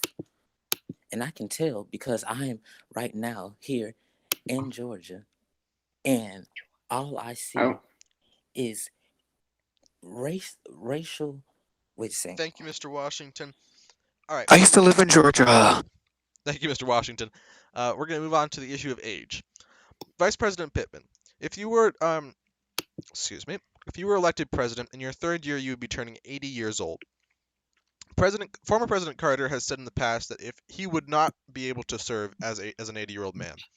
Do you believe that your age is an issue that voters should consider in this election, and how would you respond to that consideration? Well, look, I'm no doubt about it. I've been around for a long time, but as the old going says, I might have been around a long time. You know me, you know who I am, you know what I say I'll do, and you know I can deliver. And especially if you're concerned about age, I just don't think you should vote for me. You want somebody younger, go ahead. But I think that my age gives me the wisdom to lead this country and to guide us to our better angels, because it's the key factor in my candidacy. Okay, you still had 30 seconds again. That's okay. Senator Quinn Yoines, do you have a response? You know what? My response to the vice president will be a nice way to bring in votes for your campaign. But you know, does age matter? I believe that in some cases people do believe that age matters. Now, I'm not calling anyone out, but would I be a very old vice president? No. But you know, one of my colleagues here, Senator Best, once said that she would be the youngest woman president ever in U.S. history. So I would take also credit for that. That I would be the youngest woman president in the United States history. And Senator Fox, does age matter? Well, I think it matters a little bit. I mean, I don't think that anyone on the stage is unqualified to serve because of their age. But the vice president would be in his 80s when he was president, and that might get back to me. Okay. Can I just say I'll beat Mish in a push-up contest? Senator Best, does age matter? You are 72 years old as it happens. Do you think age matters? So, of course, age matters, and you know what they say. I might be old, but I ain't dead yet. And I'm not dead. I'm gonna keep pushing, keep fighting. I've been in this fight for a long time, and I hope to continue to be in this fight. But of course, I think age matters to a certain extent, and I think when people talk about me and the vice president for our older age, I think it's a form of ageism, which is just terrible. We fight against all other isms, racism, sexism, but we don't talk about ageism, which is something I think we should talk about. Okay, thank you, Mr. Washington. Do you have a response to the question? Yes. So I don't want to sound like one of those singers, but I believe at the age that I am now, age isn't nothing but a number. And what matters is what the person can do in that office, in the highest office of the land. Not because of how old they are, and for it to be judged upon them because of what year they were born in. No. Because what comes to age, to me, is wisdom. And I believe that within wisdom, it gives you a higher pointedness once you become president. All right, that's all I got. All right, thank you. And we're going to move on to the issue of criminal justice reform in the country. So, the justice system in this country is largely considered by independent organizations and international organizations to be very corrupt. And the justice system does not provide justice in a number of issues throughout the system. Do you think the court system needs to be reformed in this country, and how would you, as president, go about doing that? We're going to start with Senator Fox. Well, yeah, I do think that the court system needs to be reformed in this country. I think that we're giving penalties to non-harmful drug offenders who, and I don't think that we should be giving. I don't think that we should necessarily get rid of all sentences, but I think that we should definitely lower it a lot. We've also seen the differences in crack cocaine. We need to rectify that. And I think that there's a lot of inherent racism in our court system. And I think that has to be addressed by the next president, no matter who it is. If it's anyone on the stage, they have to address it. And also, I just want to say something a little unrelated. The vice president loves to invoke the word of President Barack Obama. So I'm just going to say he said about me that I'm one of the most gifted Democratic politicians who could lead the party in the future. So, yeah. Okay. Senator Quinones, how would you reform the justice system in this country? Thank you for the question. So, let's look at the facts here. America holds more people in prison than any other country in the world. We need to present a criminal justice reform legislation that will actually help people with low-level criminal background, a misdemeanor or something like that, so they can actually come back into the community and put their backs into it. We need to ensure that we need to pass anti-corruption bills within our criminal justice system. We need to reform it. We need to ensure that the courts are exercising their duties and powers correctly and not just discriminating against people because they're Hispanic or an African American or because they're Asian. We need to ensure that discrimination is no longer can be tolerated within our courts. Penalties are not the same for a white man to an Thank you, African Senator. American man, and that's what we need to do. Thank you, Senator. Vice President Pittman, how would you reform the justice system in this country? And sorry, I didn't mean to say and. How would you reform the justice system in this country? Well, it's very simple. We have to come to grips with the fact that African Americans in the African American community are still discriminated against by the system that we worked so hard to destroy a long time ago, from going back to Jim Crow. It still exists. From working to financial issues, African Americans still have foots on their back because of who they are. And it's not right. We need to fundamentally come to grips with this. And as president, I'm going to make sure I reach out to the African American community by building up black homeowners, making sure that they have credit to get homes and get good credit, and make sure that they have every tool that they need to succeed. My support comes from the black community. As Delaware, I was a public defender fighting against racial policies in Delaware, trying to help those people. Because I'm telling you right now, no matter what color you are, we all bleed the same blood. And I believe it's time that we honestly have an honest conversation that racism still exists in this country. Okay, thank you, Mr. Vice President. Senator Best, how would you, Mr. Washington, how would you reform the justice system in this country? Well, the way how I would reform this failed criminal justice system in this country is simple. We need to end the mass incarceration that is set for a black man to be sent to jail 2 times more than any other citizen in this country. It is terrible of how our justice system has gone so corrupt that we now even have people profiting off of people laboring in prisons.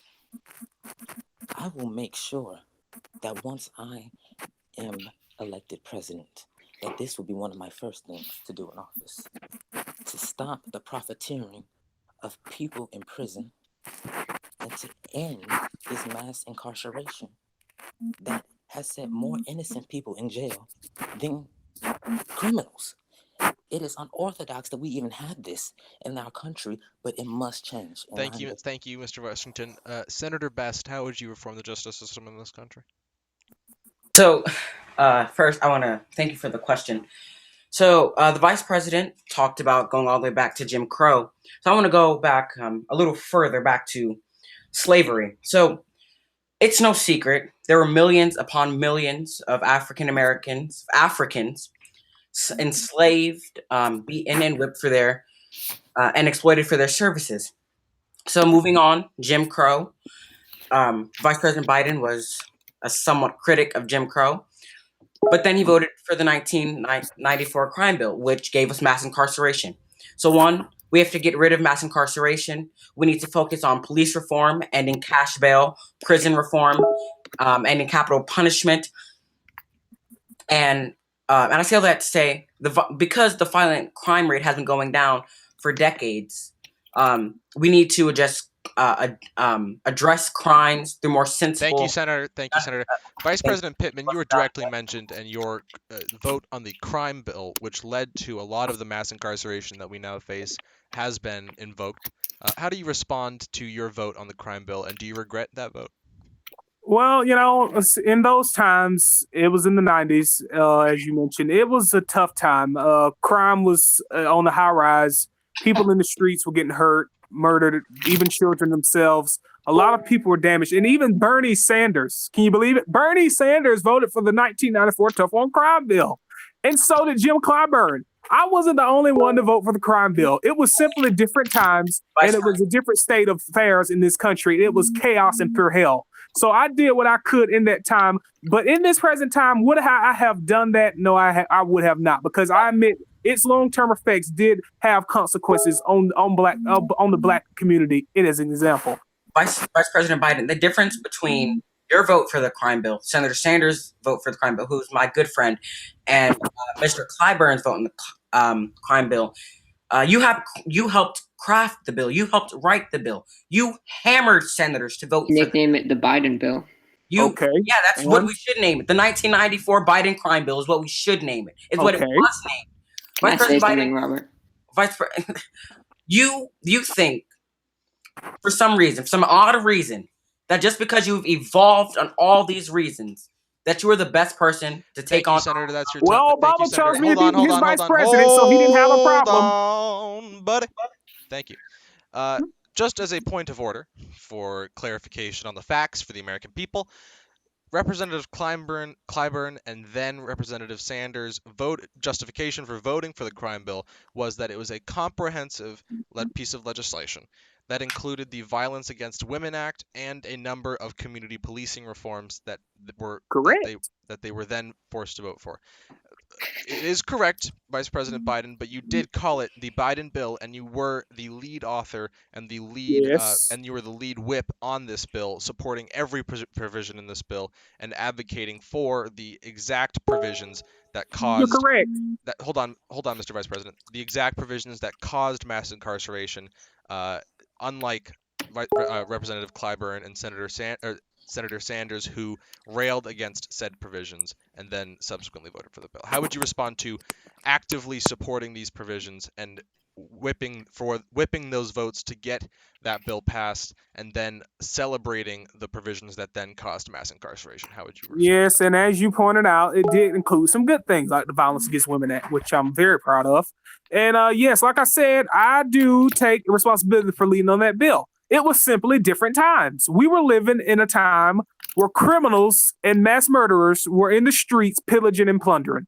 It was hell on earth. We had to do something. Now, it wasn't perfect, and it had some bad effects long term, but it was what we had to do in the short term. And frankly, I want to say this to you now. If you were back in those times, you probably would have did the same thing I did, especially when in Delaware, crime rates were extremely high. People were dying and the crime was on the rise, and we had to do something. We couldn't just sit back and watch people die. So you can say all you want.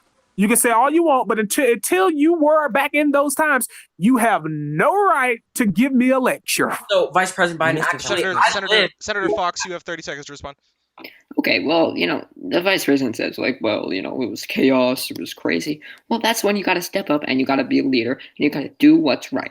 You can't argue for these things and say, well, we're going to take the murderers off the streets. No, this has had disastrous effects, and you're trying to justify it by saying, well, it was a crazy time. Well, you got to lead in the crazy time. I passed the bill. I know, and it was a very bad bill, and the fact that you're bragging about passing the bill is kind of insane. You also different times. Senator, okay, Mr. Vice President, please. Senator Fox, you have an additional 5 seconds. Okay, and you also voted for the death penalty and harsh drug sentences. You called George Bush's war on drugs, and you said it was not tough enough, bold enough, or imaginative enough. So your record on criminal justice is very poor. And thank you. Senator Quinones, how would you respond to the Vice President's record on criminal justice? As I'm sure you have some opinionated views on this. We all know that the Vice President and I have some things about our criminal records, and I'm not here to judge. But one thing I will point out that disturbed me was that when then Senator Bryson Pittman was in that Senate chamber, he was complaining for his entire speech about African Americans and also African Americans being America's predators. Those were his words. That African Americans are America's predators, which then led to the 1994 crime bill that he championed upon in the chambers of Congress. So when it comes to that, his bill led to the largest. Thank you, Senator. Thank you, Senator. Vice President Pittman, your response. Well, it feels like the Senator Sacramento is calling me a racist. It feels like that's what it feels like to me because factually, yes, I did say that, but I was not referring to African Americans as a whole. I was simply referring to the criminals. And frankly, everybody up here complains about my record on criminal justice. Okay, everybody complains about it, but Barack Obama seriously had no problem with it when he chose to be his vice president. I mean, come on. I mean, it's just over with. And Senator Cornyn, since you have so much to say about my record, we should take a look at yours, former Miss and I quote Attorney General, progressive Attorney General, which you certainly were not, when you incarcerated more people than any other state in America for marijuana violations. And then you smoked, you laughed when you were asked, did you smoke it? Okay. And that's Say something. Thank you, really need, thank you, Mr. Vice President. That's the time. somebody Senator, giving thank you, me Mr. a Vice lot of President. bullshit Mr. Vice about President. this Thank you, because Mr. you Vice obviously Thank you, have Mr. Vice no President. point to Mr. say. Vice You President, don't have please to respect say the it. time of the debate. Can I rebuttal? Please respect the time of the debate, Mr. I've President. been revoked. Yes, Senator Quinn Ewings, you have 45 seconds to respond. You know, it's kind of funny because when the vice president over here takes on the alleged that Tulsi Gabbard, that I have laughed about it when I was asked, like laughing at the people that were in jailed or in prison for that. You know. Oh, okay. No. You know, the thing is also that actually the record shows that when I was Attorney General, arrests for a marijuana violation have been down since 2016, the year I have left to serve in the Senate chamber. So you, Mr. Vice. Senator? Hold up. Wait, no. I gotta miss. I received a call. Can I have like 5 more seconds? Yeah, you got 10 more seconds to go. You're good. Oh, okay. Thank you. And you know, it's wrong that he falsely accuses my record when I sent him a link and a picture showing that that marijuana violation arrests have been down ever since I have taken office to serve as Attorney General for the state of California, and I can send it. Okay. May I say something? Rebuttal. Okay. Yes. Can I Senator just- Fox. Senator Fox, you have 45 seconds. Go ahead. Okay, I'm gonna say something to attack Kenneth, and then I'll defend him. So, the vice president said that Kenneth like locked up the most people. Well, you know, California is the largest state, also. So, you know, but to go to her record, when you were Attorney General, you opposed DNA testing that would get an innocent man off of death row. You put parents in jail for children skipping school, which affects poor and minority parents, and then you laughed about it. You also kept nonviolent criminals in jail to put out forest fires, and then you paid them like $1 an hour. You defended the death penalty, and you supported civil assets forfeiture for people who were arrested but weren't even proved of the crime that they were suspected of, and that's like pretty unconstitutional. Thank you, So, Senator. yeah. Senator Best, you have 45 seconds. Thank you. So, Mr. Vice President, you have a long record, over 40 years in Washington in the Senate, Vice President. And again, you like to say that Barack Obama had no problem with it, when actually then Senator Barack Obama, actually did talk about your remarks. Actually, in a debate, he actually brought up that you wrote the 1994 crime bill. So to say he had no problem with it is just idiotic. I'm just going to say it. Second, the thought that you can evolve on every situation and then come back and say, which actually you did not, you didn't accept any responsibility for your vote on of the 1994 crime bill and your authorization of it until 2008 when you were running for president. Mr. Vice President, you've been consistently inconsistent with the African American community. You want to do what you want to do to put them in prison, to harm them systematically, but then during elections, you want to rail and say, my support comes from African Americans. I've been with African Americans for 40 years. And Mr. Vice President, Thank you, Senator. Thank you, Senator. Rebuttal. Yeah, I was mentioning. Vice President Best. No.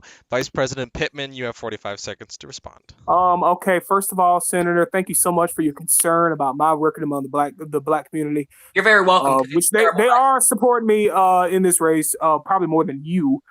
Second of all, we're still waiting on you to respond to your mix up with your heritage, because we all know you're not Native American and you need to stop lying about that.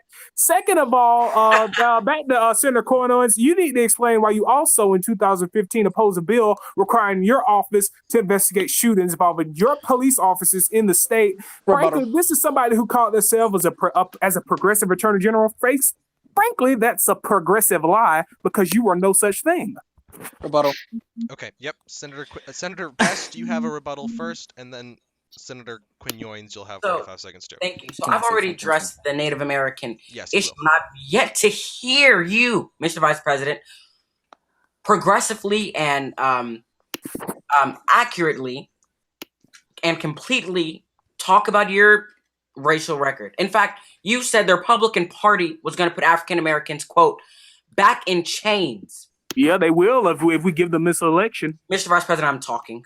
You said they're I going don't to care. put them back in chains when you wrote the bill that actually put African Americans in modern day slavery. You put them in jail. You put them in prison. You didn't apologize for it. You've yet to apologize for it. You only apologize for it when you want them to vote for you. Mr. Vice President, I'm not going to call you a racist, but you're pandering to the black community, and we see right through you, which Thank is you, why, Senator Best. Thank you. Which is why I have more May I support say than you, something? Senator. Which is why I have more Vice support President than you. Pittman, please. not after this Please. debate. Vice President What Pittman, about- Vice President Pittman, please. Senator Quinones, you have 45 seconds to respond. You know, when the senator from Colorado brought up my past along with Pittman, who ride on his high horse with the senator from Colorado, you know, I made a post describing my past record that I actually owned up to it. And I don't know if the senator from Colorado read my post or anything like that, Oh, I'm but I sorry. would encourage him to actually go read my post because I put a damning statement out there. And I don't know if the vice president has I'd like to say something. actually read it. It was very But, comprehensive. Rebuttal. I don't know Candidates, if the vice please. president. Keep going on, Senator. They were interrupting. Oh, okay. Thank you. And you know, the vice president, I don't know if he actually read it and comprehend the words I have written, or he just schemed and that's it. You know, and it's disturbing to have it's disturbing to have a person who has a mindset like that who would actually be our commander in chief is very concerning to America's future. So can I just Okay, say okay. one thing Mr. about Washington, I'm going to include you in this conversation. You have 45 seconds to respond. Mr. Washington? Okay. Senator Best, you have 40 Yes, seconds. yes, 40 yes. Oh, no, no, he's okay, back, he's okay. Senator, Mr. Washington, go ahead. Okay, so it is sad to see our candidates here trying to one-up each other on the terrible acts that they have done for Black people. It's just awful. First of all, for what I want to say from all the way out here is that from stop and frisk to busing to the Biden bill to the acts of many other of my opponents have done to crime and to minorities. Why can't we have them apologize right up the stage now, then try to argue about which person is worse? Because this is just getting nerve-wracking. Because no one wants a candidate who has all had some kind of history of putting Black folks All right, thank in you. jail. Thank you, Mr. Washington. Can I say something? Yeah, Senator Fox, go ahead. 45 seconds. So, you know, I actually agree with what Mr. Washington said. It's terrible that we have all these candidates who've so obviously done a disservice to the African American community. You know, I've fought for them my entire career, and I think that a lot of African Americans would support what I've done for them because I haven't you know supported busing. I haven't supported the death penalty. I haven't claimed I was a Native American. So, you know, I think that when we really get down to it, we have to look at candidates' records. And it's one thing to apologize for something, but you still did it. Okay, no apology is gonna, you know, put people out of prison or get people's lives back. Some of whom were killed by some of your policies, and it's just insane that you think an apology makes it all go away because it really doesn't. Thank you, Senator So, Fox. can I get a Thank- rebuttal, thank you, please? Senator Fox. Rebuttal. Senator Quinones, you may go ahead. 45 It's seconds. shameful. Oh, okay. So look, to everyone here who called for an apology, I have indeed made a post owning up to my past record, and you know, one thing I can say right now in here upon this stage is that those who have been charged for misdemeanors or wrongdoings or have been mistreated in the criminal justice system, I pledge that in the federal system, I pledge that I will pardon those people who have been, 1, wrongfully mistreated, 2, locked up innocent people. Thank you, 3, Senator. So can, Thank you, Can I say Senator. something? can I Thank get you, a Senator. rebuttal? Senator Best, go ahead. So, Mr. Vice President, I just always want to point out two more things in your record. You were great friends with 2 known racists. Who? You didn't support busing. Let me finish. You eulogized Senator Strom Thurmond, from a Republican from South Carolina, who rose to fame as a segregationist. You were great friends with with Robert Byrne. You know, Mr. Vice President, again, you have a record of not fighting for the African American community, not standing with African Thank Americans. you, Senator When you're Best. serving, but Thank when you. it comes to election time, Rebuttal. you Senator always Best, want thank to you. always brag about having. Rebuttal. Senator Best, thank you. Vice President Rebuttal. Pittman, you have 30 seconds to respond, and then we're going to be. Okay, yeah, thanks. Mr. Senator Corners, that was very sweet of you to try to bribe your way through this race with pardons, but that's not going to work. You still cannot run away from your record in Sacramento. Neither You can know you, it. and that's in your And accusation. Okay, yeah, you- well, hey, no, Candidates, no, please. not my You time. have It's my you have time. an additional 5 seconds. And now you Senator care? Senator Best, you're showing that your desperation is taking over you in this debate. You obviously know that it was different times back then, and I must say that I do regret some of those relationships, but I had to do what I had to do for the people and work with who I Did did, you even have though to I. be their friend? No. Senator God, Best, be please. quiet. Senator Be Best, quiet. please. I'm talking. I'm talking. You're not. Senator Best, please. You're wrong. First of That's all, the I had to truth. work with those people, even though I really couldn't stand them because they had terrible views. But I had to do what All I right, had to that's do. your time, Mr. Vice President. Thank you. You Mr. don't Washington. eulogize someone you can't. Yeah, Senator well, Best. yeah. I- Stop Vice being President desperate. Pittman and Senator Best, please. Mr. Washington, you have 30 seconds. To rebuttal? Yes. Okay, so nah, you my time to someone else. Let's just keep going because this is all. I claim. Can I get his time? Okay. Senator Fox, you have 30 seconds to go ahead. These people, they just love to apologize, and they think that a pardon's going to make it all right. But these people have spent years, decades of their life in jail because of things that you've done, and some of them have been killed, their families have suffered, and now you just think, oh well, I'll pardon them and they'll all get out. And you know what? This is about judgment. This is an election about judgment, and clearly all of y'all's judgment failed you when you made these decisions, and I don't know what you were thinking. And if you think an apology can just make it all right, or a pardon can just make it all right, you're wrong, because people have been in jail for years, and I fail to see how you think what you did is okay. Exactly. Can I? Senator Quinones, go ahead. Thank you. And to add on to the point, it's shaming that the president accuses me of, quote, bribing African American folks. Shame on you. You should be ashamed of your damn record. Vice first President, of all. by the way, not Oh, president. well, you don't. My time. Oh, and also, including to that, since when did the vice president care about time? Time. When you interrupted every damn candidate up on this stage. Did you smoke a joint before you came on stage? Did you smoke a joint before you came on stage, Senator? You are Right, a stop. hypocrite. Vice President Best, please Ooh. do not use insulting terms on this national debate stage. You're in a presidential debate. There is no need for name calling, please. Senator Quinones, you have an additional 15 seconds to respond. Thank you. And and to the point about people saying, oh, you can't just apologize or pardon and everything can go away. No, that's not what I'm trying to do here. And it's true what they say, two wrongs don't equal a right. You have to do the right thing in order for our society to progress and to move on and to continue to thrive. Vice President Pittman, and then we're moving on to closing statements. Yeah, well, you're lying to yourself right now because you basically bribe people with pardons because you just got caught in your lies and your past record. And you need to accept that. The fact of the matter is you're not going to be able to buy people's votes with pardons. You need to own up to what you did as Attorney General. And you need to honestly level with people and make it better. Don't sit here and try to throw out pardons and get brownie points because it's not going to win you this primary, and it's damn sure not going to make you beat Didn't Donald I Trump. just accept my record? Thank you, candidates. Thank you, candidates. Thank you, candidates. Can I just have 10 seconds? No. Thank you. No, Thank you, it's candidates. fair for Monique Baz, please. Nope, I'm sorry. Thank you, candidates. You may post it. You may rally about it afterwards. We're having candidate interviews after the debate. Thank you very much. Now, on to closing statements. We're going to start with Mr. Washington. Mr. Washington, your closing statement. You have a minute and 30 seconds. All right, thank you. So, I spend my life as an activist against war, especially against the Vietnam War in the 70s. My whole life, I have worked hard to defend people who deserve the right as I do as a citizen of the United States of America. And for what this president is doing is he is only scaling back everything that so many people has brought to this country as hard work.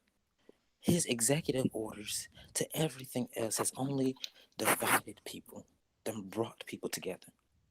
He has taken away the only official motto from this country.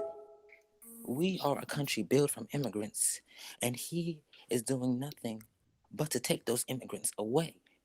What we must focus on now is to not just be an acceptance of a nation, but we must be the nation who must also defeat climate change.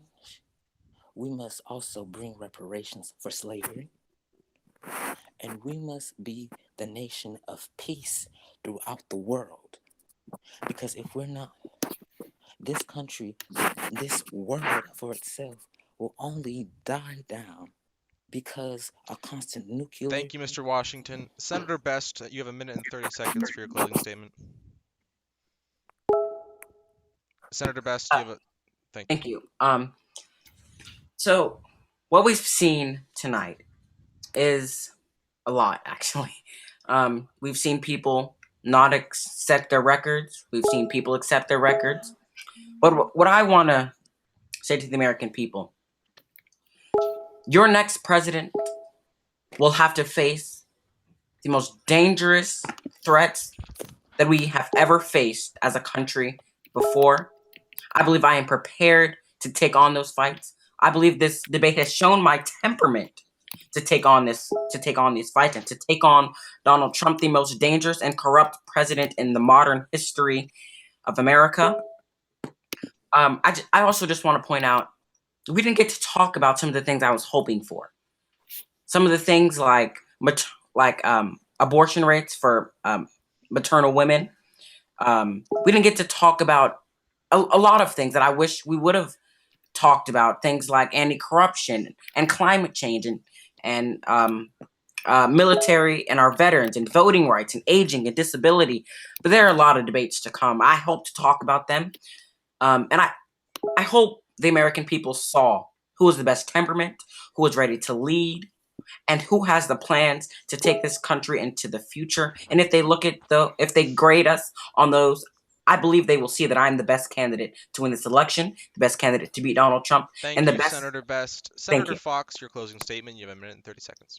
First of all, I want to thank my opponent. It got pretty heated at times, but it's good to have a substantial debate on this issue. And I also want to thank the moderator, Mr. Robert Sanders. So thank you for that.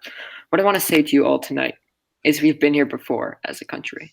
We've faced challenges that we actually even forget, some of us tonight, how hard the people fought, how hard they worked, how hard they organized, the votes they had to take, the people they had to get to the polls to make this country more democratic, more fair, and more free. And now we have a person in the White House who has no appreciation of that history, who doesn't believe in the rule of law, who doesn't believe in the independence of the judiciary, who doesn't think that climate change is real. I think that we have an incredible opportunity in front of us, all of us, to come together, just as our parents and grandparents did before them, and face challenges even harder than the ones that we face. But the only way we're going to do it is to put the divisive politics of Donald Trump behind us and the divisive politics of the last couple of years behind us. We need to come together, united against a broken Washington, make Donald Trump a one-term president, and begin to govern this country again for our kids and our grandkids who cannot do it for themselves. We have to do it for them. Please join me at Michael Bennett. Okay, you guys get it. Thank you. Join me at Joe 30330. Thank you, Senator Fox. Senator Quinones, go right ahead. You have a minute and 30 seconds. Thank you, Robert. And to all of those people who are watching. You know, tonight we've demonstrated to show that our policies and who is the right person to face on Donald Trump in this election in November. And I agree with Senator Best. We did not touch on other topics regarding to infrastructure, minimum wage, the discrimination that is real in this country, reproductive rights. We didn't touch on many topics for our farmers, and to address the other topics that needed to be discussed and needed attention. And another thing, healthcare, I believe I mentioned that. But I'm glad that we've touched on topics that actually show the colors of the campaigns here. And despite that, yes, everyone here has a record. And we have to present with transparency. We have to show and run on transparency here, and to own up for our own things. Regarding my opponents here, state that I haven't owned up to it, nor have I accepted my record. I have multiple times. It's been confirmed here. It's been confirmed in rallies and unopposed. But we need a stronger vision. We need an America that works for our middle class and for our low income. We need to hold the wealthy accountable. We need to ensure that fairness and equality is for all in this nation, and that no hate or discrimination is allowed in this Thank you, country. Senator. I almost just let Connor have a closing statement. That's not okay. Vice President Pittman, you have a minute and 30 seconds to respond. Thank you. for Look, closing I've had a good time up here tonight. I love engaging in the fray and going to combat, because it's going to take someone strong to go up against this fool we have in the White House. The theme of my campaign and you heard tonight was simple. Let's take our country back. Let's really restore the soul that was once strong in this country. Let's take our country back. Let's reshape America. We're going to do it together, not divided. We're going to do it united. Thank you all, and God bless our troops. Mr. Vice President, you have a minute left if you'd like to use that time. Yeah, by the way, please donate. Because their campaign's running low.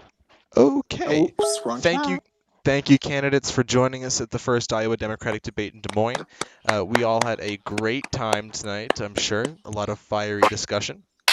I'll see you all at the next debate, and I hope to see you, the audience, in the spin room in a few minutes after, with a number of the candidates that have participated here tonight to hear their take on the debate and their vision for the future moving forward. Thank you, candidates, for participating. I look forward to the next one. Let's get out there, Iowa. Let's all vote for the next president of the United States. Thank you all. Robert. Thank you all very much. God bless. Vice President Pittman, I think you called me a liar on national television.